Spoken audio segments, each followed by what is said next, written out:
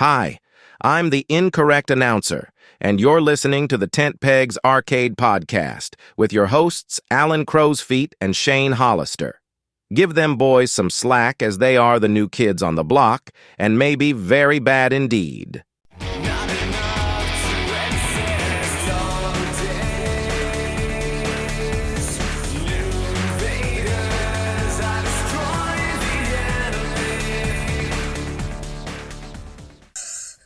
All right, mate, how you doing? Alan the Crow's Feet. Yes, yeah. He is the incorrect announcer. I found him on the internet. Oh, really? Yeah. Well, it's Alexis Crowley, to be precise. Not Crawley, but Crowley. Yeah. No relation to Alistair Crowley. Oh, that'd be good, wouldn't it? No, it wouldn't be. He was a nasty man. Oh, was he not? Did he do the Call of Cthulhu and all that lot? He was a cult leader, wasn't he, in the 60s? Yeah. Well, you were a cult leader on your bike, weren't you? Not a cult leader, no. I was probably more of a follower. Out the back. How you doing, mate? It's great to be back. Yes, it's good, isn't it? It is good. It is, yeah. We've sort of come full circle, haven't we? Yeah, like I sort of took over from you in, I think it's like October 2014. Because you sort of 10 years ago. Yeah, God. Because my God. You went to do your what was it? The Nintendo Arcade, didn't you? The YouTube channel, I think. Well, yeah. I mean, I spoke to Vic about this. He said I went off and did karate. I do remember. I've been doing karate on and off all my life. I sort of get to. I'm sort of like what do you say? A joker in the pack at my old karate school because I used to get to a certain point. Brown belt, and then either through injury or life circumstances I'd have to bail out and then have to, because they was quite strict, my karate school, I'd have to start all the way from white belt again.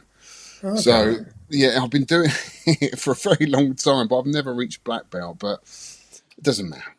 It's I think it was more of a case of me starting my YouTube channel up and the fact at the time when me and Vic were recording I'd have to go around to his house every time.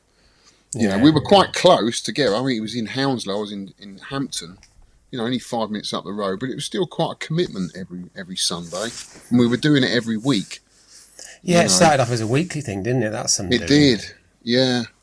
But, I enjoyed it. There were good times. Yeah. We were both really just getting into the hobby. There was a lot of excitement around retro at the time. And, we were discovering new games all the time. Picking up all sorts of stuff. And yeah, it was great. It was great starting the podcast, but as I say, I just didn't have the time. And then I remember you joined in, you were doing loads of images and stuff, and images, and you were taking part, and you were quite vocal, weren't you? So I thought you'd be good. He's passionate. Get Shaun on board. Yeah, so Vic said, give him a go, the Baldy Fall, and here I am. Here we are, yeah, still talking rubbish. Well, it's great to be back because I don't have to listen to the podcast anymore. Because you're on it. Because I'm on it. You have to listen back. What I do with Vic, Vic edits it, or did edit it, and then I listen back to it, see if there's any swears left in or anything like that. It never was, but... I don't believe you. We had to bleep out a hell of a lot, but... Did you? Not on my side, of course, because I'm a well-spoken baldy, Oh, you are? Yeah. Right, I've got some notes here, mate. Have you? Yeah. Well, before you start, can I just say a tribute to Vic? Because, I mean, the old Vic boy. Because, he's... Even though he's gone, I think he'd be back. I want him to come back, at least do a special. It'd be great, because I remember we did one episode, all of us together, didn't we? That was good, wasn't it? And it was really, really good. Yeah. And there's lots of banter and backwards and forwards, and, it was just really great. So hopefully he will come back. But, he's been a rock in the community, Vic, helping out people with their machines, repairing them. And more recently in the Vectrex community, doing his controllers and stuff like that. He's always happy to see and meet and greet people at these events. So, hopefully he'll be back. But he's definitely been a rock in the community for 10 years. He has, and he's been. Yeah. Yeah, efforts on the podcast as well. They've been outstanding. They have. I mean, like all the little bits we did, like, you know, there's Victorian insults. I found that when I was doing the notes, because I'm moving all the old shows onto a new podcast provider, which is Podbean.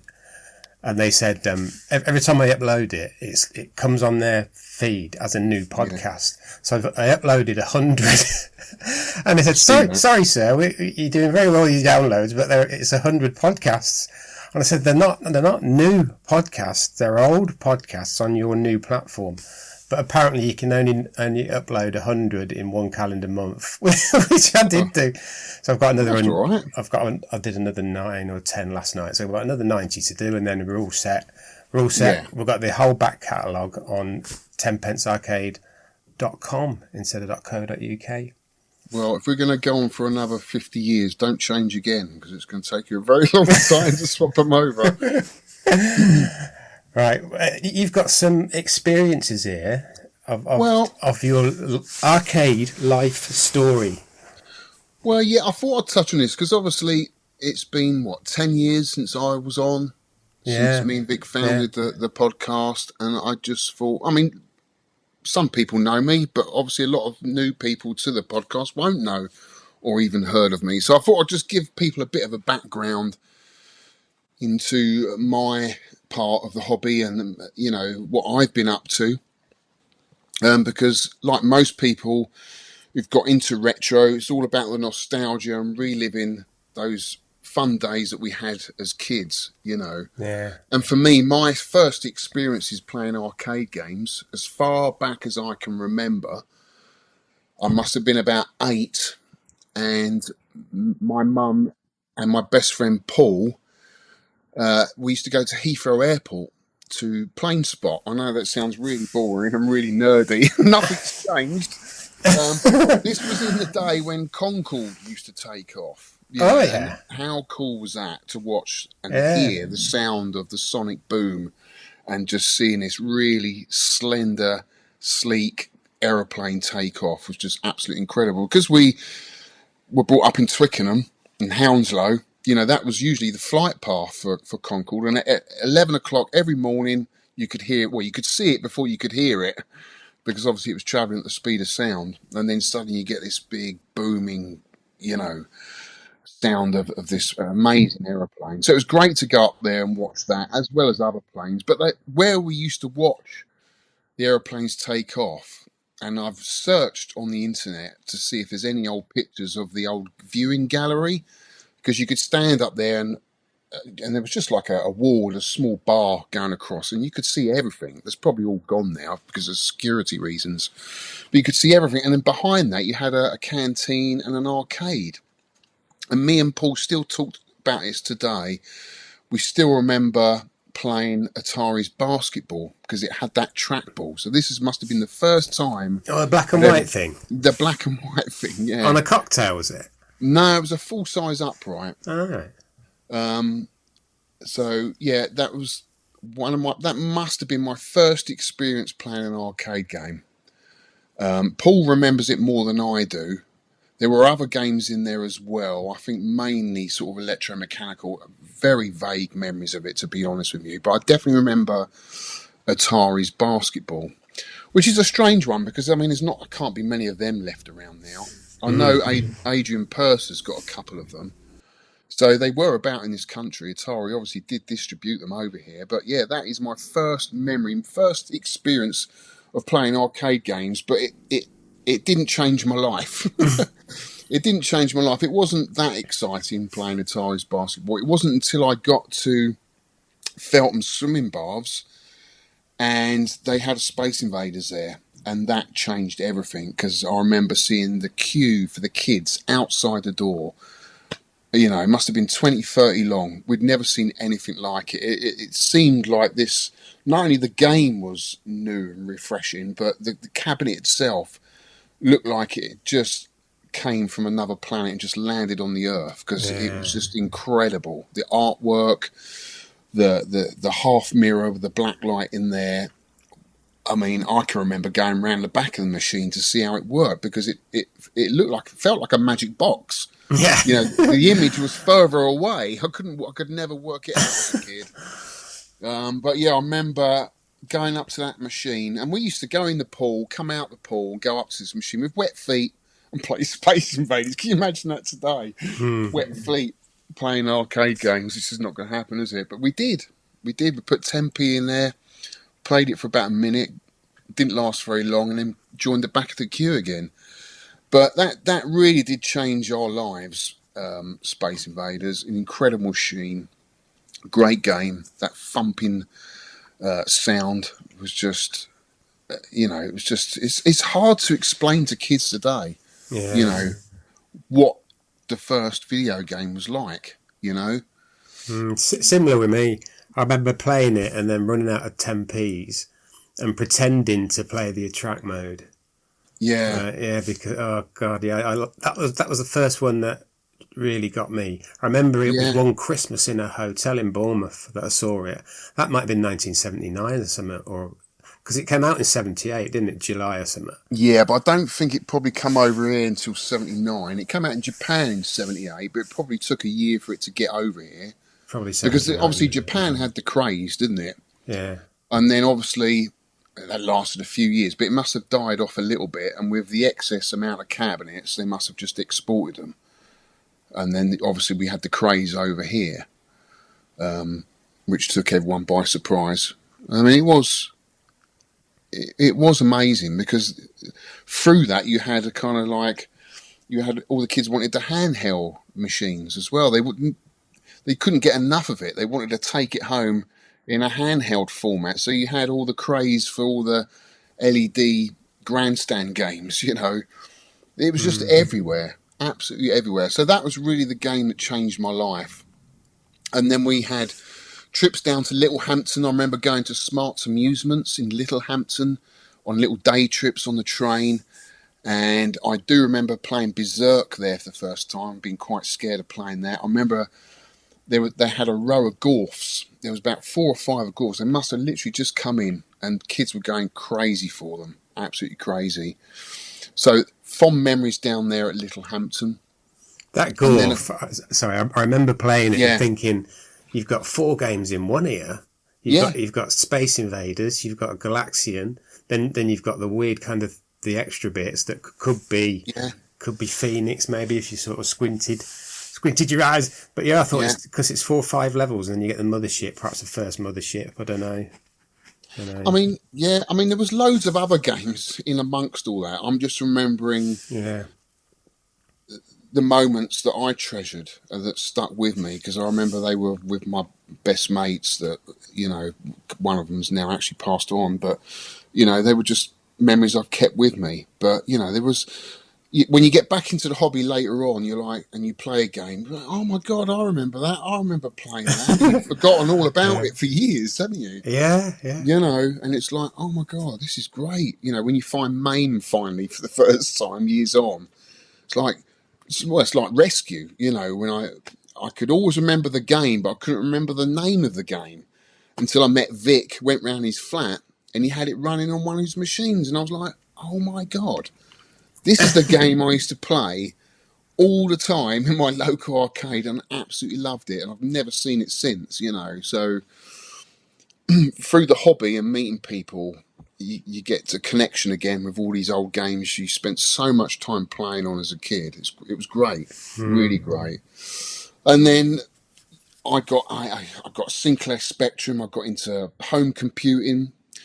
I used to do a paper round every week. Actually, I did 3 paper rounds in the morning. And on a Saturday, I used to do a milk round. And all my money since 1981 was spent on video games. And I can say nothing's changed. Nothing's changed at all. I'm still buying games. What have you got behind you now? I can see a few bits. Oh, well, I'll get onto that in a bit. I mean, my collection's changed so much over the years. But I've still got my original Sinclair Spectrum games that I bought with my paper round money from back in the day. God. And they will probably be the last thing to go. Because I remember cassettes every time I bought one, you know. God. Yeah. Have you got any of your games left?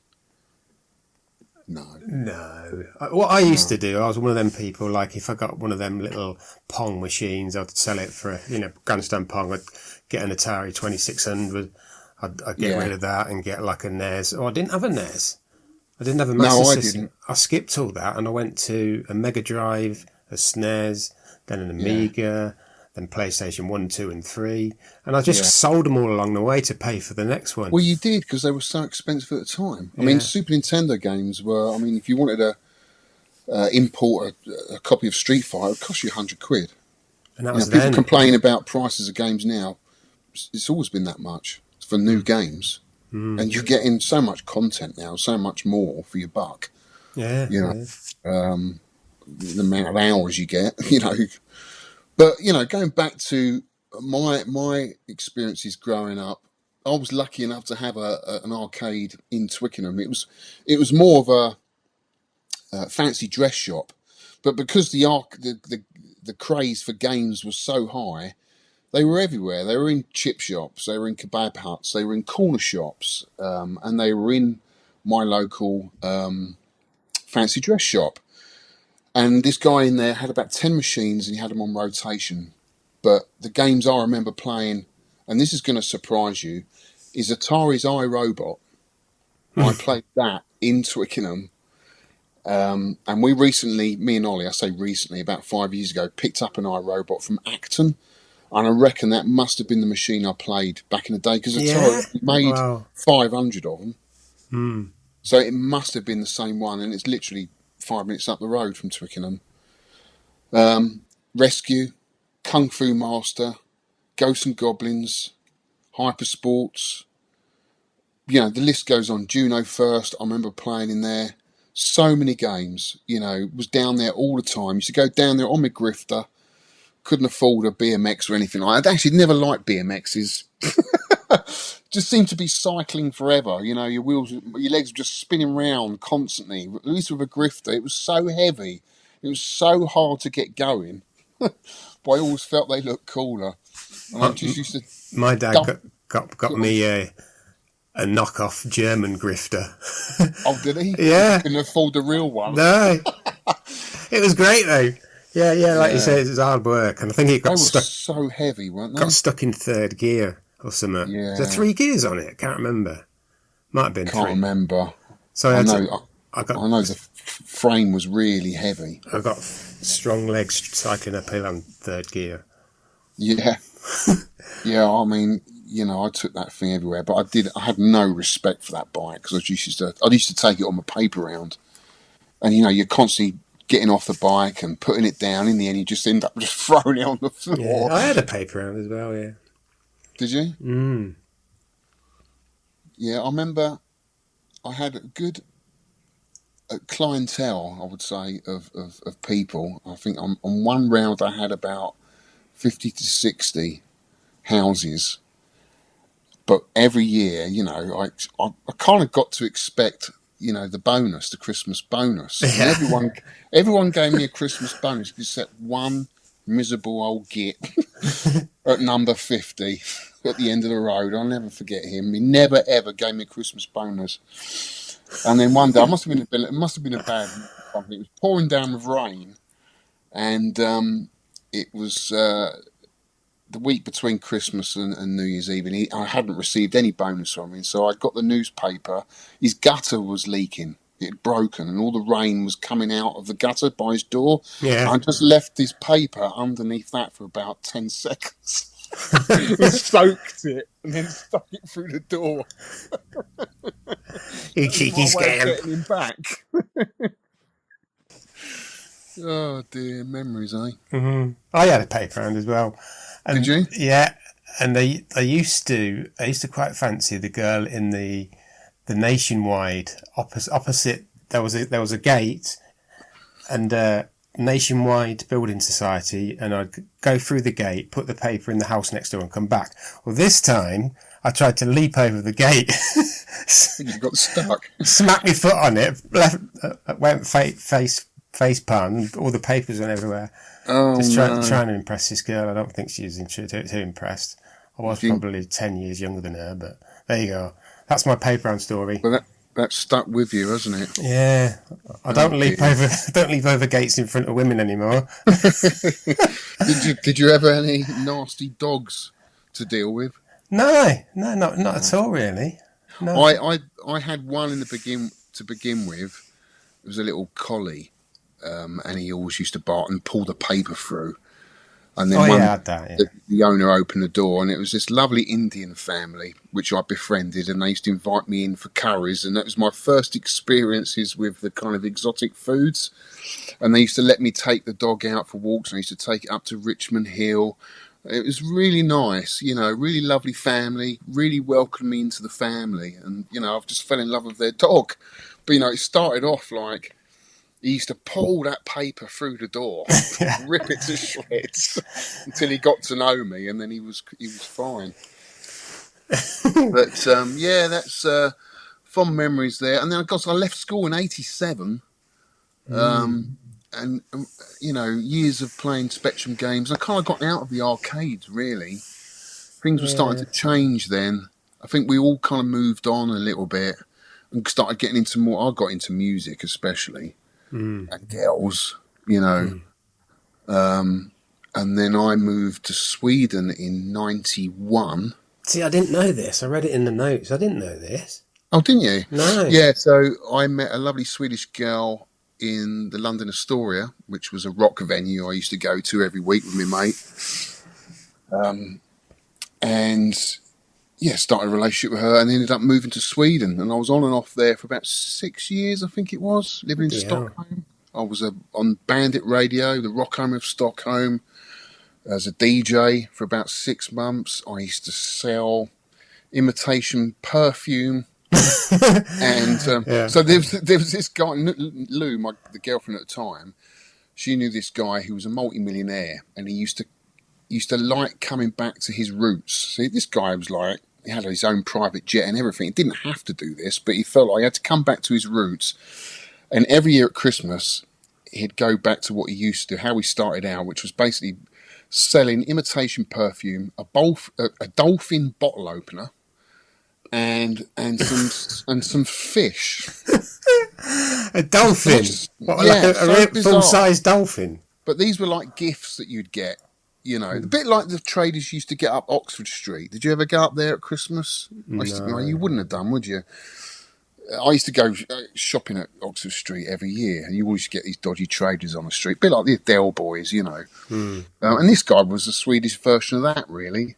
And I got a job with him looking out for police. Because he wasn't really supposed to be there. And I brought this national service coat from Camden Town, which looked like a Nazi Gestapo coat. But actually, it was a Swedish national service coat. But I stood out like a sore thumb. I'll never forget it. It was so cold. It was minus 25 that year. And Stockholm is on like an archipelago. And when it gets that low, the temperature, the whole archipelago freezes, and you can walk from island to island on the ice. It gets that cold.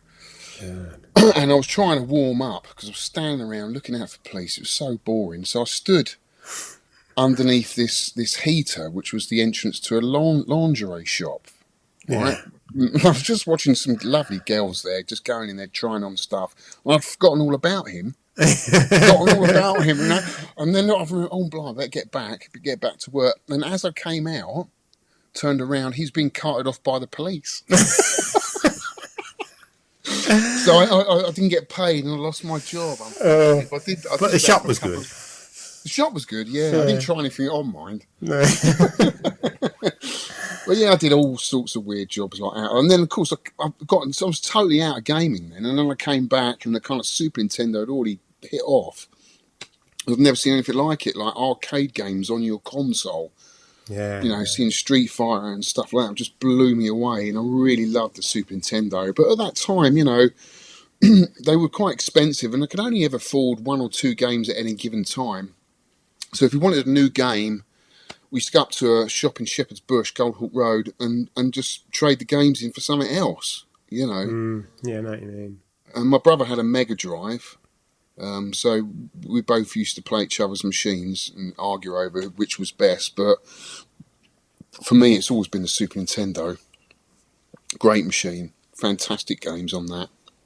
Yeah, And me, then, me and my brother shared a Mega Drive. did you? Yeah, and I got a SNES. When I moved up to Blackburn, I got a SNES with that Mario All-Stars pack for Christmas.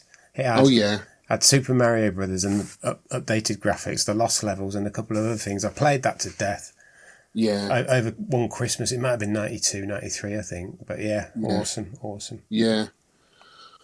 Yeah, and then I can't remember what I did now, but I mean, after that era, the 16-bit era, I didn't really get back into the PS1. I remember playing Tomb Raider and being blown away by that. The fact that you could look around the corners. I'd never seen that before. You know, when Lara used to you could look around a corner without actually stepping out. I thought that was incredible. Very atmospheric game. I remember finishing that, staying up really late to finish that. Do you know So one of the moments you remember about games, one of them standout moments? I remember Tomb Raider, and you walk round a corner and the ground starts shaking, and that full-size T-Rex comes at you. Yeah. And that is just like out for the time, like 1997, was it 96, something like that. Just that coming at you, it was just that's incredible. Amazing. The build up to that. Yeah. You know, I don't think I've ever experienced anything more like that since. You know, it was such a great build up. Just atmospheric music and the caves. You know, the sound of the water dripping off the stalactites, and it was just so atmospheric. What a fantastic game! They've just brought out a revised version of it, I think, on the Switch, which I might get actually, because I'd like to play through it again, but not with the awkward controls. Yeah, because they are a bit awkward, aren't they? There were no twin stick things really at that time, but the PlayStation controller was decent. It was. And then I think I had a time when I was into the original Xbox. I used to have LAN parties, mates coming around. We used to hook up the Xboxes together and play. Was it Time Splitters? Do you remember that one? Yeah. That was a good one, wasn't it? I always played. I never liked playing online, so I played with the bots. Yeah. I got 1, 2, and 3 from what was it called, Blockbuster. Yeah. On the PS2, I got 1, 2, and 3 in one go, and played like just with the bots and loved them. Yeah. Yeah, they were great, and of course Halo. Oh yeah. Blew everyone away. You know, just seeing that ship come down, looking up. God, that was really groundbreaking, wasn't it? Yeah, I didn't really have an Xbox. I had a PS1, but I knew people that did. Yeah. That's not good, is it? Yeah. I knew him over the road. He had an Xbox. I didn't play it. Did you have a GameCube? Did you get into the GameCube? Yeah, I loved it. Yeah, I loved there was a fighting game called Bloody Raw. Oh, yeah. And that was one of the release games, and that was amazing graphics for a release game. Me and my son used to play that, and I found all the moves on it where you could transform into beasts and that. It was called Primal Fury. One of the, and it just blew me away. Wasn't it an arcade game, Shaun? It may have been. I don't know, actually. Sure, Bloody Raw I've heard as an arcade game. Maybe not, I don't know. It looks like it could be anyway. Yeah, that was amazing on the GameCube. Then Star Wars Battlefront, of course, and the Mario Sunshine, and there were lots of brilliant games on that, lots. Metroid for me, Metroid Prime. Oh, I'm a huge Metroid fan, massive. I mean, I've played pretty much every game except the NES version, because that kind of... I didn't ever own an NES back in the day, and I don't think I could go back to a game like that, but... You know, another game that has so much atmosphere. The music at the start and just... The music's incredible. I never did finish it, Metroid Prime. I got to the very end. I think you go down 2 tracks, don't you? Below a big baddie or whatever. I don't think I ever finished it. But the new Metroid Dread is probably one of my favourite games of all time on a console. I mean, it's just amazing. It's got that lovely 2D version of Metroid, but... You know, modern day version of it. Again, for me, what makes that game is the suspense, because you've got this robot chasing you around. So there's some puzzle elements there, and it's got it's a bit of a horror game, really. You know, you're on your edge of the seat all the time, and then you can let all that tension out at the end of the level. You get these amazing bosses, like Oh my God, the Japanese are just so creative when it comes to sort of end of level bosses, and I just look forward to every single one of them. You know, they might take you 10 attempts, but once you've sussed it out, okay, I think I've got this now, I know what to do. It's easy, you know. You just got to persevere, just suss out the patterns, and then you can break through. What a game! I thoroughly enjoyed. 100%ed that game. Did you? Yeah, I loved it. I might return to that. But going back to, you know, that era, I think it was around 2008. I joined Jammer Plus. Do you remember Jammer Plus? Yeah. You was on that, was you? Was you a member on that? I was. I went to a party at James RGP's Yes. meets in about 2014. This massive guy come up to me with a card, and I later found out it was Ollie Alpha One. He says, "Here, join UK VAC." Sure that wasn't Stuart? Remember Stuart, who was claimed to be the world champion at Space Harrier? But I think he was giving out cards at that party, and I sent it to Phil Jodo, who is the actual Space Harrier world champion, because he's done it in original hardware. He was so pissed off. This guy was giving out these cards saying that he was the world champion. But that was a great party, wasn't it? He used to hold fantastic parties. James, yeah. I do miss those. 2 flats at one point. Oh my God, I remember going round there and that's just being blown away by the amount of stuff, games I hadn't seen since I was a kid. And that kind of got me into the scene, really, that did, because I was looking at this guy on YouTube, and it was like 2013, maybe. And I thought, I recognise that accent. It's like a Blackburn accent, like a Northern accent. Yeah. So I messaged him, and he says, "Oh yeah, I'm having a party. Where are you?" And he was a mile away from me. oh, that's convenient. Yeah, so James really got me into the arcade games, really, from leaving them like you did in the 90s. Well, that's where me and Vic launched the 10 Pence Arcade podcast from James's party. I remember that. I was there. Yeah. Yeah, it was great. Yeah. Really, really great. Good day. I think it's on YouTube somewhere, that. It might be, yeah. It is. I found it the other day, yeah. actually. Yeah, it's on YouTube. All of us crammed into his flat. But yeah, it was through Jammer. If people don't know what Jammer is, it's basically I would say it was the rival to UK VAC. There were 2 arcade forums in the UK VAC, which is still going, and Jammer Plus. They fell out, and then the owner of Jammer Plus decided to shut it all down, which was a real crime. Well, it was a travesty, really, because all that information, all that history was gone. Yeah. So if you were looking for an old game or some information that someone might have about any game in particular, it's all gone, which was a travesty, really, because I remember actually someone posting something about Sky Skipper many years ago, and it was all lost. So that's how I met Vic, and then I don't know if I'm getting my time scales right, but I remember bidding on a Space Invaders on eBay one drunken night and won it. I won it for 300 quid. I didn't have space for it, so it ended up at my mate's house in his garage. And I think I posted on UK VAC, I've just picked this up, but the sound is so loud that I can't play it because it's unbearable. The volume pot was turned. I didn't even know where the volume pot was. Do you know what I mean? Wow. So Vic offered to come round, and he couldn't work it out either. We ended up putting a sock in it, literally putting a sock in the speaker just so we could play it. God. And that's where I made friends with Vic, really. You know, that was a bit before we started the podcast, you know, and then we were best of buddies. He helped me build my little arcade in Hampton. And then I remember going around there and helping put a ceiling up in his, you know, and we used to be in each other's pockets all the time, playing games and swapping things around. But then, yeah, I left the podcast, went on to create a YouTube channel, which was easier for me just because I could do it in my own time, when I wanted to. And, you know, from there, I guess, God, so much happened in those 10 years. We went we used to go to events, so many events, so many gaming meets, met so many people. The community is amazing.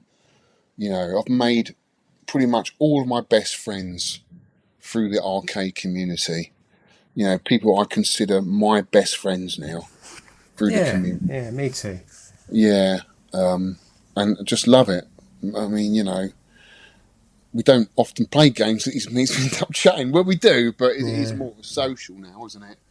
But yeah, and I remember going to the big play expos. Do you remember them? Yeah. So at that point, around about 2016, I'd built up a sort of Nintendo collection. So I started YouTube as Nintendo Arcade. Yeah. Because I was really into Nintendo. It just fascinated me as a company, their history, which I didn't really know about. I mean, I think it was 18... I'm going to get the date wrong. 1890, I think they started, or 1888, something like that. Probably a couple of years out. But such a rich history from, you know, starting off as a card company, making playing cards, to toys, you name it, they made it. And then obviously when the arcade industry started and the technology for that started to become available, they started getting into making arcade games. But Nintendo really, as a company, didn't make their games to begin with. They lent on Sega really to help them. So a lot of their early games were distributed by Sega, and a lot of the early games were designed by the company Ikigami, which were a hi-fi and camera company, high-tech Japanese camera company. So they did a lot of the game designs for Nintendo. So I found all of that quite interesting, because there was a lot of these games popping up over here that me and Vic were finding, like Space Fever and Space Firebird, which I actually do remember as a kid. But they weren't getting in America. You know, and it wasn't until later on I realised that Nintendo of America didn't start until 1980. But No, I Nintendo didn't were know making... that. Did you not? A history lesson, this, mate. Well, yeah, you're right. Well, you were asking the right person. So, you know, Nintendo were making games. They started in a lot of these what they call bowling alleys, and these projector type video electromechanical games like clay pigeon shooting, duck hunt, and the Wild West one. What was it? The name escapes me. Gunfight. You know, all those type of games they had on these projectors. Battle Shark, which they got at the museum. So that's how they started. And there was an oil crash. The price of oil went up, and I think there was a massive slump, and they got out of it again. And then there was a resurgence again, and they got back into it. I'm just scratching the surface here. It's a lot deeper than that, but yeah, fascinating company. And it wasn't really until Donkey Kong Jr. After Donkey Kong, they got a success. Donkey Kong Jr. was their first game really that was 100% designed, created in-house by Nintendo. And then after that, they went on to be a huge success in the video game market, and I hope they will be for a long time, you know, because they make such innovative games. So yeah, for me, the fascinating thing was just finding these rarer games. So I got into that, and I was trying to accumulate like a collection of really rare Nintendo games. So I'd got got Sheriff. I went all the way over to Luxembourg, picked that up. That's another story in itself. And then I found Sky Skipper. That's another story in itself. And yeah, just got into it that way really. And it's all all this stuff really is just you fumble along it. I didn't go out to sort of like, I'm going to research Nintendo and find this lost game. It just comes along. And as Billy Mitchell said, actually, when we were at the launch of Sky Skipper, it takes people that are passionate to find out this kind of stuff, and you almost stumble upon it. Because if there wasn't people like us, Nintendo of Japan are not interested in digging up all this stuff. There's no money in it for them. You know, they're just interested in making the new games. So yeah, that's how I got into it, and just found myself going down a rabbit hole of history, on the channel. And then obviously the museum, which I started up. So that kind of brings us up to date, really. So 2 years ago, I opened up the Arcade Archive. It's a huge success. We managed to get great advertising. We were on the BBC News, which was mind-boggling when you think about it. And set up this amazing place, a collection of arcade games that I hope told a story of the history as well. Not just putting games in there for the sake of putting games in there, but putting games in there that had a history and a story to tell, like Sky Skipper, Rescue, and the Asteroids Deluxe that used to be owned by the manager of Led Zeppelin, and Namco's GB, Namco's first ever game, Sega's electromechanical gunfight, which I've got to go back and restore. So, just creating a space that had something really special, and I think it's got that, but unfortunately for me, if people don't know, I have actually kind of retired from the Arcade Archive because unfortunately I just found it too much. It was just too much for me to deal with. With modern life, I just couldn't cope. So I've kind of stepped away from it now, but I'm hopefully still supporting it, still kind of like the ambassador of it. When they need me, I'll be there and hopefully help them out if they need a UK VAC meet organised there, which we can do again, or another talk. I can pull people in from the community and maybe help them out. And I was down there last Saturday, met Richard, Holly, and Neil, and it was great. It was great to be back, but without the worries of running a business. Just go in there and enjoy it. Yeah, imagine the size of the place and the fire regs. You get, what can you get, like 35 people in at a time? So no, there isn't actually a limit on the Arcade Archive legally because we've got 2 fire escapes, but we put a cap on it because we felt that was the right amount of people to create the perfect atmosphere. If you start adding any more, people were struggling to get on games. It's too much. It's too much. If people wanted to come, if they can't get in, they can always come the following week, or we was always going to offer opening up another slot.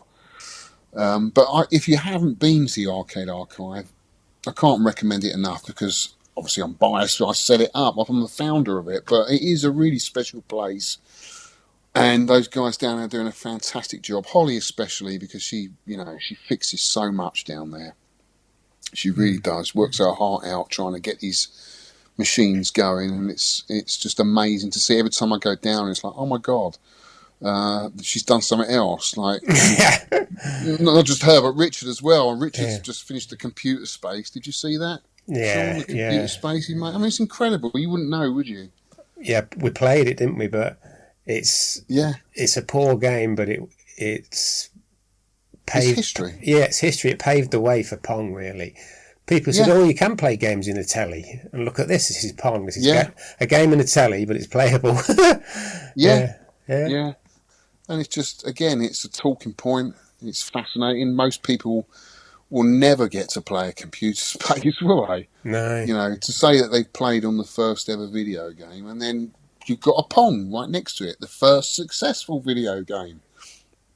It's amazing. Amazing, really. And then, of course, Neil's got his computer museum upstairs, which kind of continues the story on, in my mind anyway, because for me it all starts in the arcade. That's my passion. That's what my nostalgia is, arcade games. Of course, if you're into arcade games, you would have played console games at some point in your life, video games. And Neil kind of continues that story on up there. So it's a great experience, a great day out if you can go there and do it. And if you're wondering where I am, I'm still sort of involved, but when I can do it, which is getting harder with modern life, to do all this stuff.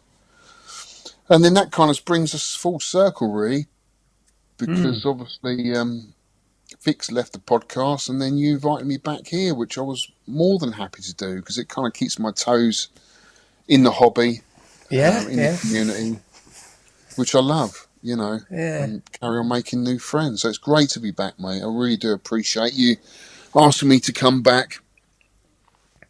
Yeah, it's been excellent.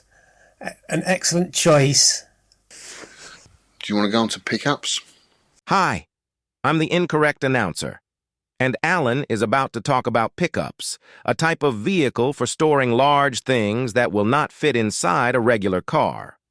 Let's start with your pickups. My pickups. What have you picked up in the last month, Shaun? Tell us. I don't know. Biscuits. Biscuits? Oh, I just got a garden strimmer.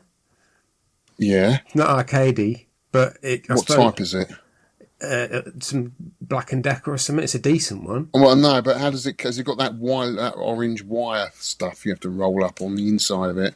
No. Or has it got the blades? It's got the blades. We had one of them and got rid of it because the wire kept snapping. Well, I used to keep catching it on stuff. It used to pull me into the hedge. Used to get tangled up in some barbed wire or something. I was like, oh my God, We kept where am I going? hitting cats and animals and stuff, and it's just not right. So That's not right. That's not right, is it? So yeah, Get we've locked up for that. got a strimmer. What else have I got? No, that's it, mate. Nothing. That's it. Yeah. So you don't buy games then at all? No, I'm not a collector. I've never been a collector. Oh, I've got at Nerg. I've got a towel from, you know, the Hitchhiker's Guide to the Galaxy. I'm reading that for about the 7th time. I love the Hitchhiker's Guide to the Galaxy. There is a towel. If you have your towel, you are a cool, hoopy frood, I think it is.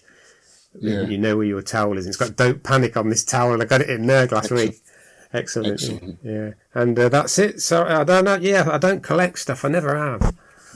Well, you did back in the day, though. You would have bought games, but you haven't.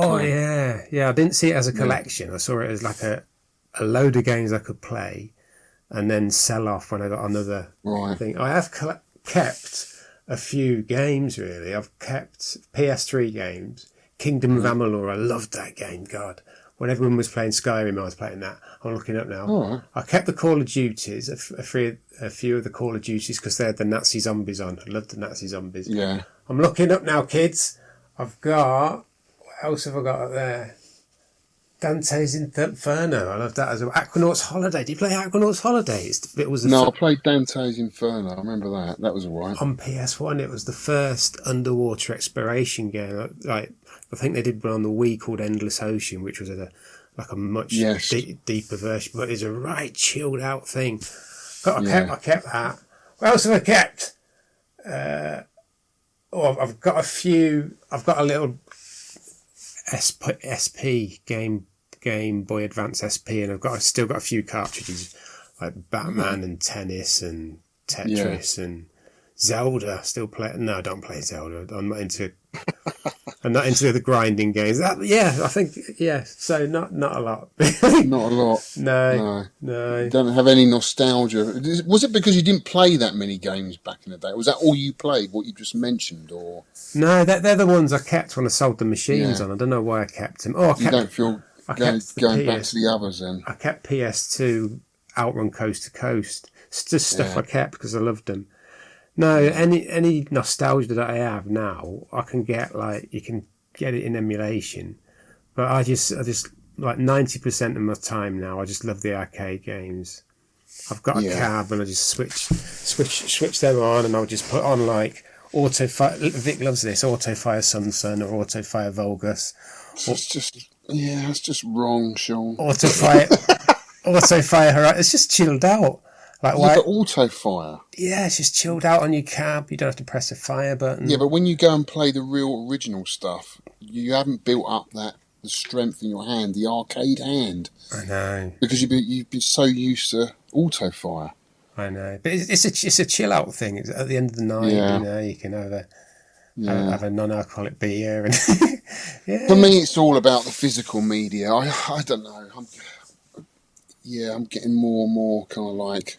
I guess I say more and more. I always have been into my physical media. I just don't feel like if I download something, I don't own it. Yeah. I think I've had consoles in the past where I've lost or it's broken and lost everything, and I thought I'm never doing that again. I will buy as much physical media as I can, and I prefer it. I mean, I've just picked up a turntable in Devices at the weekend because I found all my old vinyl up in the loft. Oh wow! What sort of vinyl? Like heavy rock sort of stuff, or? Oh my God. So I've got all of this is original from. So I've got my first ever album. I've got a picture of me holding it when I was about 9 or 10. First album I ever bought was Adam and the Ants' Prince Charming. Oh God, I love that. And the Kings of the Wild Frontier. Yeah. And Police is one of the Police albums I've got. I love and still love that today because I love Sting as a bass player. I think he's awesome. It is mainly rock, but I mean, there's a lot of Kate Bush. I love Kate Bush, Clannad. I like a lot of folk, Irish folk. Oh yeah. A lot of heavy rock.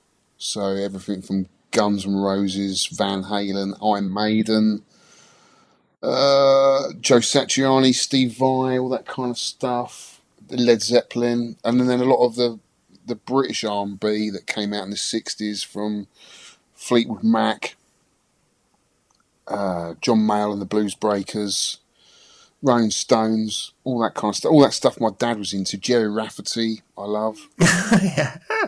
Do love Jerry Rafferty. I mean, my music is quite wide. I quite like that. There's certain music I don't like and will not buy, but it is mainly rock, folk, and kind of, artists, like Peter Gabriel, David Bowie, and Kate Bush. For me, you never get people like that again. They're just pure artists who made some fantastic music. That sort of stuff I like. So yeah, been buying that. I went to a record fair yesterday because the trouble is a lot of my vinyl, when I owned all that, I had a hamster in a cage and my ex-girlfriend had the cage right next to my vinyl and I didn't know, but through the night he was gnawing his way through my album collection and using the paper as bedding. That's excellent. So yeah, on opening a lot of this vinyl up, I found like big gnawing teeth marks all around the vinyl. So I'm trying to renew some of my collection, but oh my God, have the prices gone up? It's not cheap. Yeah, vinyl is trendy again, isn't it? Yeah, it is. But there's nothing better. The sound quality is better. It's warmer. I don't know. There's a sort of ceremony about putting a record on a turntable and listening to it. Yeah. For me, it brings back those days when you used to have mates round, have a joint, have some drinks, and there'd be album covers all over the place. You wake up the next morning and there'd be like music everywhere, all over the floor, where people just been picking music all night. Those were the days. Good day, good times. Good times. Oh yeah, pickups, yeah. Pickups. So we need to move this along a bit. I've been babbling along too much, haven't I? I don't know. Have I? I don't know. I haven't got a timer thing. Probably. Am I on a timer? No. Yeah. You go off at hour and a half. Oh, okay. No, you don't. I'll do it quick. So yeah, I picked up a I'm only joking, what else? I picked up one of Vic's Vectrex controllers. Amazing. Thanks for that, Vic. Awesome controller. And it's great to see him at the Revival with Chris CMP's collection of Vectrexes. It's amazing, isn't it, when you see all that? Yeah. It's just amazing. Amazing game. And I sold my upright Robotron cabinet to get a Cabaret version. And it's so much easier to play. It was the only game I was considering selling because of I broke my arm a couple of years ago. And it's never regained its strength. And Robotron's one of those games you really pull at the joysticks, don't you? Well, I do anyway. And you're almost fighting the machines. And since I broke my arm, I just found it really difficult to play. So I played the Cabaret version around Tony's, and it's so much easier. Plus, I can fit more cabinets in here. So it sits in here lovely, and I absolutely love it. So I've got a little row of Cabarets there now, which is quite nice. Just allows me to fit a few more games in, Other pickups, I won't go through all of them, because it would be all night. But there's one thing I will pick out of all of these here. I can talk about some of them next time. But I've got some Dirty Donny UV artwork. Do you know what that is, Shaun? I don't know. It sounds dodgy though. What, Dirty Donny? Is it outlines of young ladies in neon? No. He is a artist for a lot of pinball companies, so he does a lot of artwork for pinball machines. All right. So I think he did the Metallica pinball, the artwork for that. He's got a certain style. When you see it, you think, "Oh right, yeah, that's Dirty Donny's artwork." Honestly, it's so cool. And when I set this arcade up in here at my home, I wanted some cool art. I love artwork, and I've got the usual Gradius Defender posters on the wall. I wanted something different, just looking at something a bit more artistic.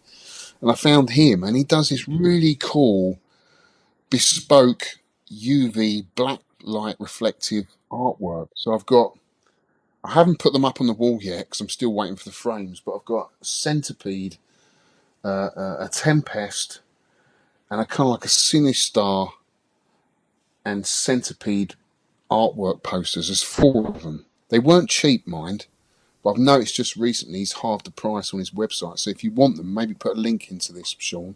They're great posters, and you put a black light on them, and oh my God, they look absolutely amazing. Oh, yeah. Really cool. And they just add to the atmosphere. For me, it's all about lighting, atmosphere, just getting really cool stuff. And this just sets the room off. Well, I'm hoping they will, because I haven't got the frames yet. I'm waiting for them to arrive, but I can't wait to put them on the wall. So that's another one of my pickups. I'm really looking forward to hanging on the wall. Got some fairy lights. I'll put them on. Well, that would do it. Yeah. But I'd save them for Christmas, mate. I put fairy lights, and they go all the way around the room, and it's quite a nice atmosphere. Yeah. I dressed up as a Christmas tree last year. Did you you? see the picture? Yeah, I'll show you the picture. Well, you can put it on there if you like. Yeah, my partner Lush, she bought me a Christmas tree outfit for Christmas. Oh, I might remember. And I dressed up as a Christmas tree. Yeah. Dangling my little baubles.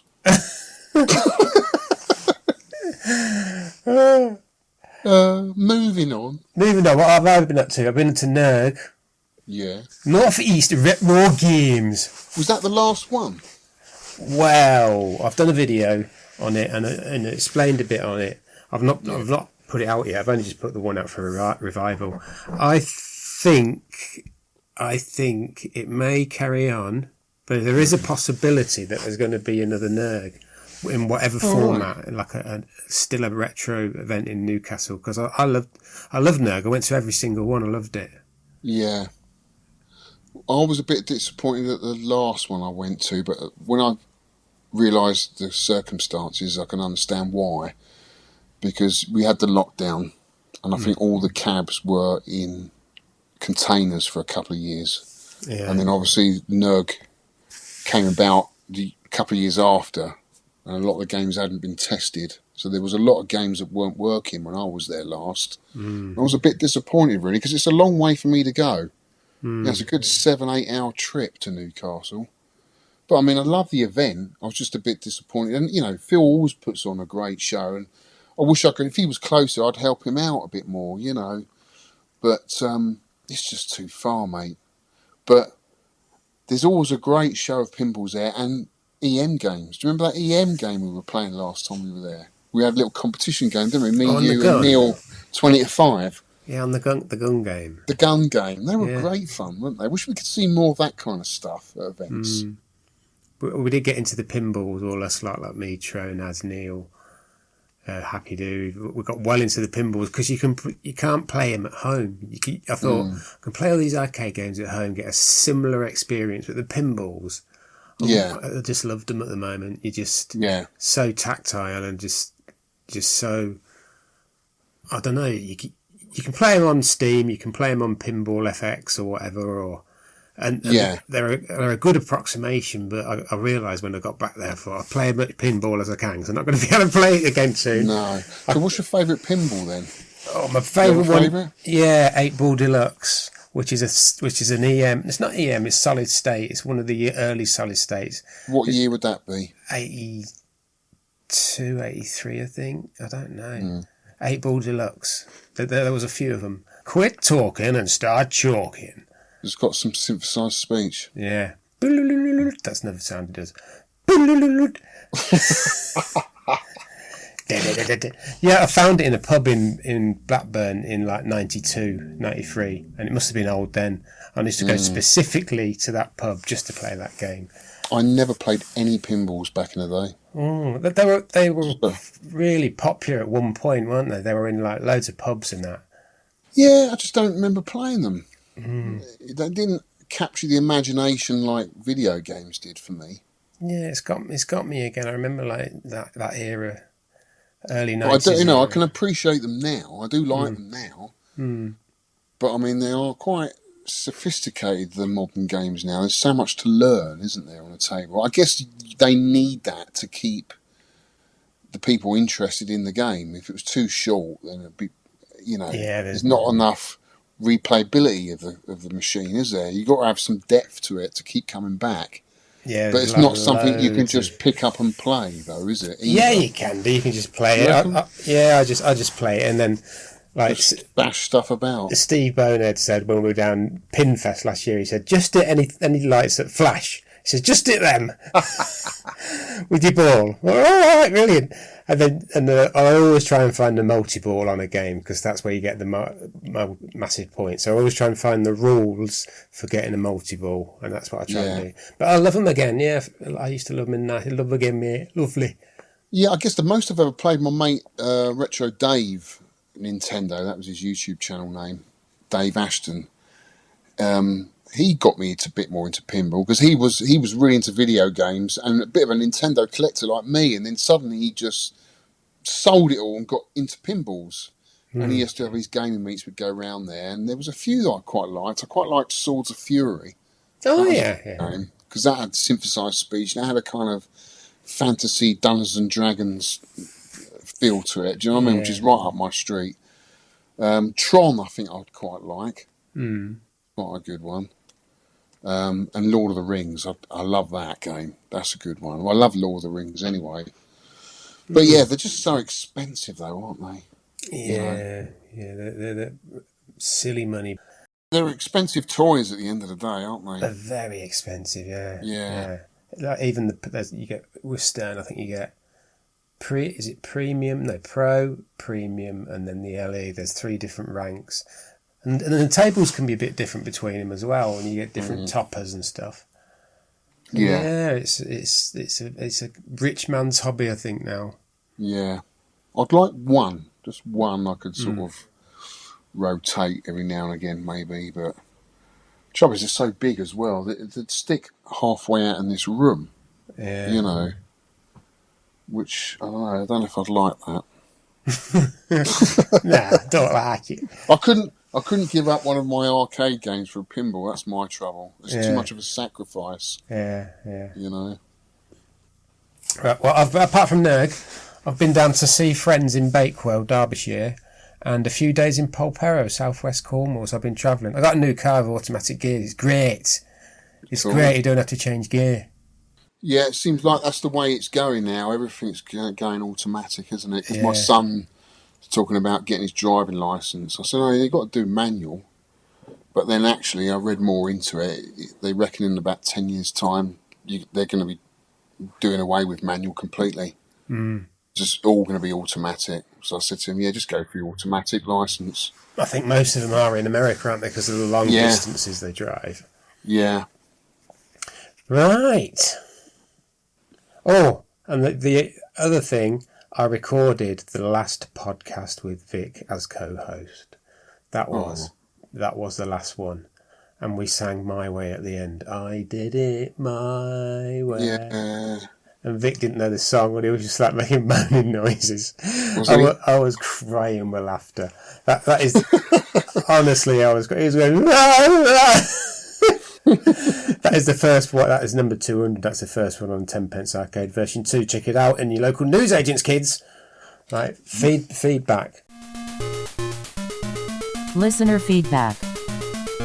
Right, feedback from the guy who made the Dam Busters machine at Revival, Stu Baldwin. 10 Pence Arcade podcast. Glad you like my machine. That's in the the revival video they just put out. By the way, my name is Stu. Still plenty to do on it, but it held up pretty well for its first outing. It's basically ice cold beer with frills, but a lot of frills. Really enjoyed chatting to you guys, and Vic, you will be missed, but looking forward to about all your tinkerings, Vic, and adventures. Hopefully we'll catch up when I finish Dam Busters version 2. Shaun, hope you keep up with the Biscuits shenanigans.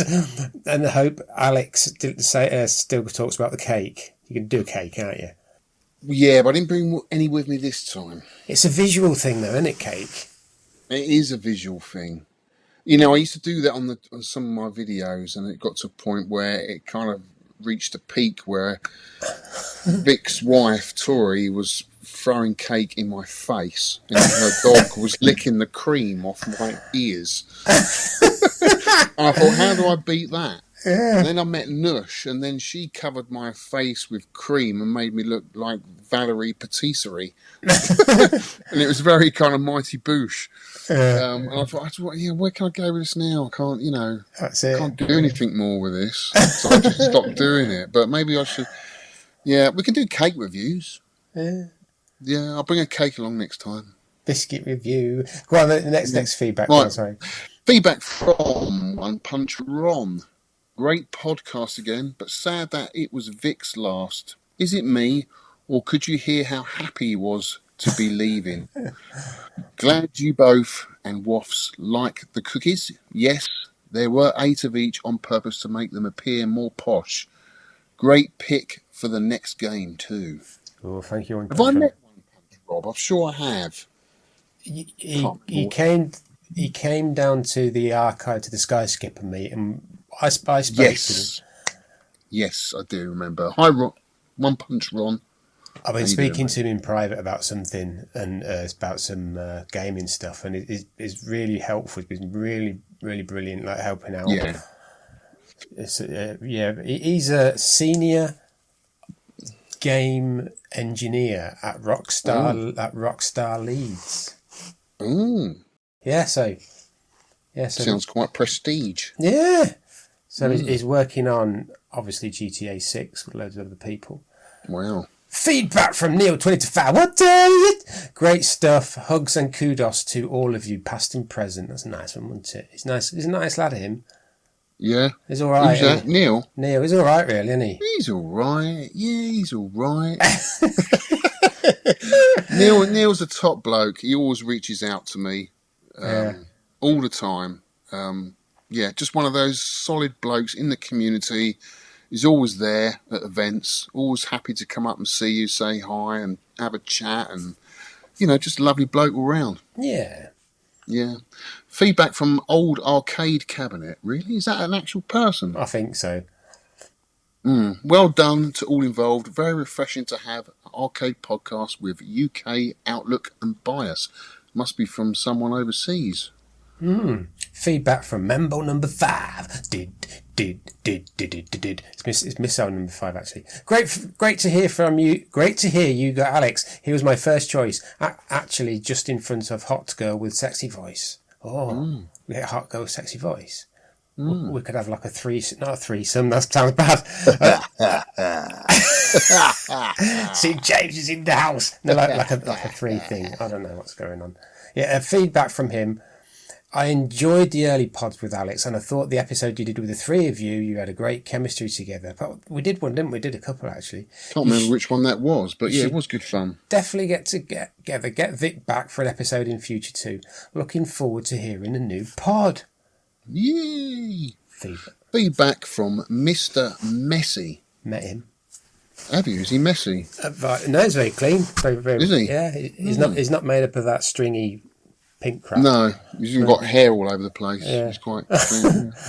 I'm really pleased that my favourite podcast is continuing with Mr. Alex joining Mr. Shaun. However, I will miss Mr. Vic's technical waffle. I'm going to miss Vic's technical waffle. That's one thing. I put my hands up in the air. I am not that technical, but I am passionate, so hopefully I can bring my passion to this podcast. An occasional misguided nonsense. Amigas are ace. Thank you to Vic for all the hard work on over 200 episodes. Hear, hear. I did plan to thank Vic personally at Revival Weekend recently, but every time I saw him, he seemed to be deep in conversation with various other folk. The other time I saw him alone was when he was playing the fine Dam Busters game. Unfortunately, I could not attend on the Sunday, so I missed my opportunity. So thanks, Vic. Regards, Mike Davey. Mike Davey. Mike Davey. Go on, Mike Davey. See- That Dan Busters games, if people don't know, is very similar to ice cold beer. Am I right in saying that? Yeah, it's a clever game. Very clever game. And it's got a theme of a kind of cockpit of an old, what are they called? Bomber in it, kind of thing. No, the bomber is kind of a loose generic word, Shaun, isn't it? There is a name for it. Lancaster bomber. Yeah, like the beer. Yeah, the bouncing bomb. Yeah, they did. Which was developed at Teddington Laboratories, because I lived in Teddington, and someone told me they developed the bouncing bomb at Teddington Laboratories, which was quite a thing. So yeah, anyway, I'm going off on a massive tangent there. But yeah, that's... Feedback from Victor himself about Tronad sending him a thank you card for 200 episodes. And it had 6 of his most hated games on the front, like Peter Pat Rat, Dr. Micro, Super Trio. It had them on because he asked me. And Vic said, top tier trolling. And Tronad sent him an Arcade 1-Up t-shirt as well. Well, you know what Vic's done with that t-shirt. Yeah, I can guess. Go on, sorry, next one. Feedback from Eastwood71. I wonder if that's his age. Hi, Shaun. Just a quick email wishing you good luck on the new podcast. Hopefully it will carry on like before. Unfortunately, not a good start with Ghosts and Goblins. Ooh. Although it's a classic game, it's ridiculously difficult for a high score challenge. No, it's not. An old podcast we used to give you a hard time for choosing crappy games, but I think your new host has managed to beat you in picking something unplayable. I have played it once and put in a score, but that's me. I'm done with this game. Let's hope you pick a good one up for next month's challenge. Keep up the good work. Regards, Clint. Well, we'll see in a minute. We'll talk about Ghosts and Goblins because I disagree. Feedback from Tin, brother of bronze, goddaughter of zinc, nephew of lithium. He said, I don't know what that is. Never got time to... He's tin, he is. I never got time to thank Victor for his amazing service to both All Things Arcade and indeed podcasting thus far, so here it is. Thank you, Mr. Marland, for such quality information and entertainment over the years. Ladybug, Mr. Driller and Bangle Panicle are my firmest favourites, played very often, and I would not have known anything about them if it wasn't for the podcast. So thank you, sir. I'm very glad Shaun and Alex continue with it, but your dulcet tones will be missed in my ear holes. And with that, here's to a new era of 10 pence from Tin. Oh. Nice of him, isn't it? It is nice. He's a lovely guy. He's lovely. He's bloody lovely. Nice. He's a nice guy. Feedback from Rygar. I've met Rygar. Yeah. I think he's from Scotland.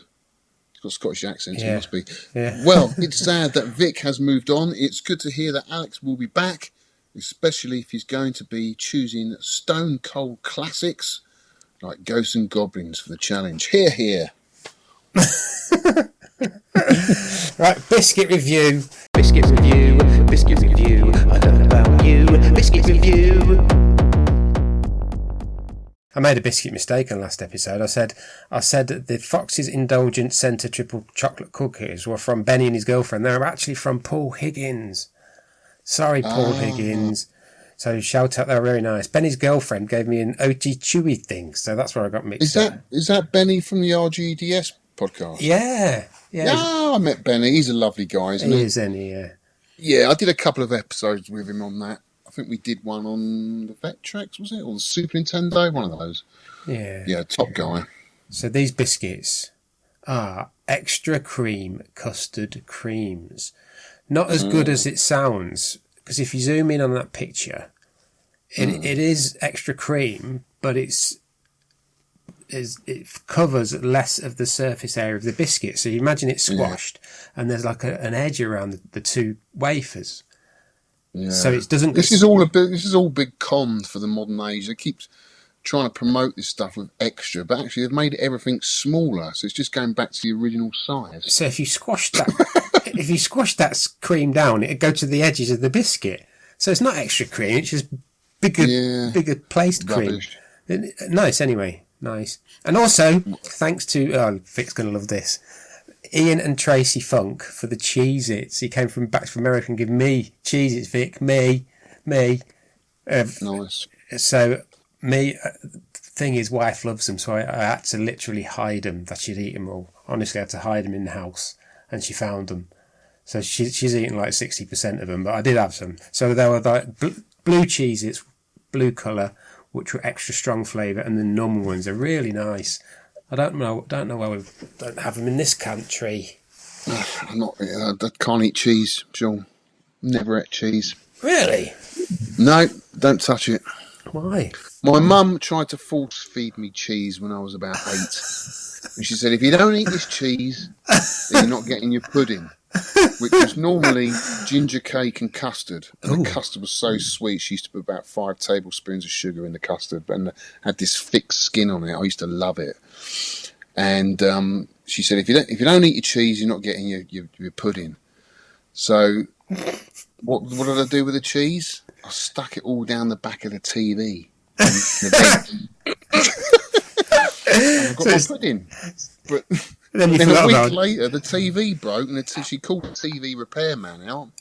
He opened the back of the telly up, and there's always melted cheese all over over the chassis.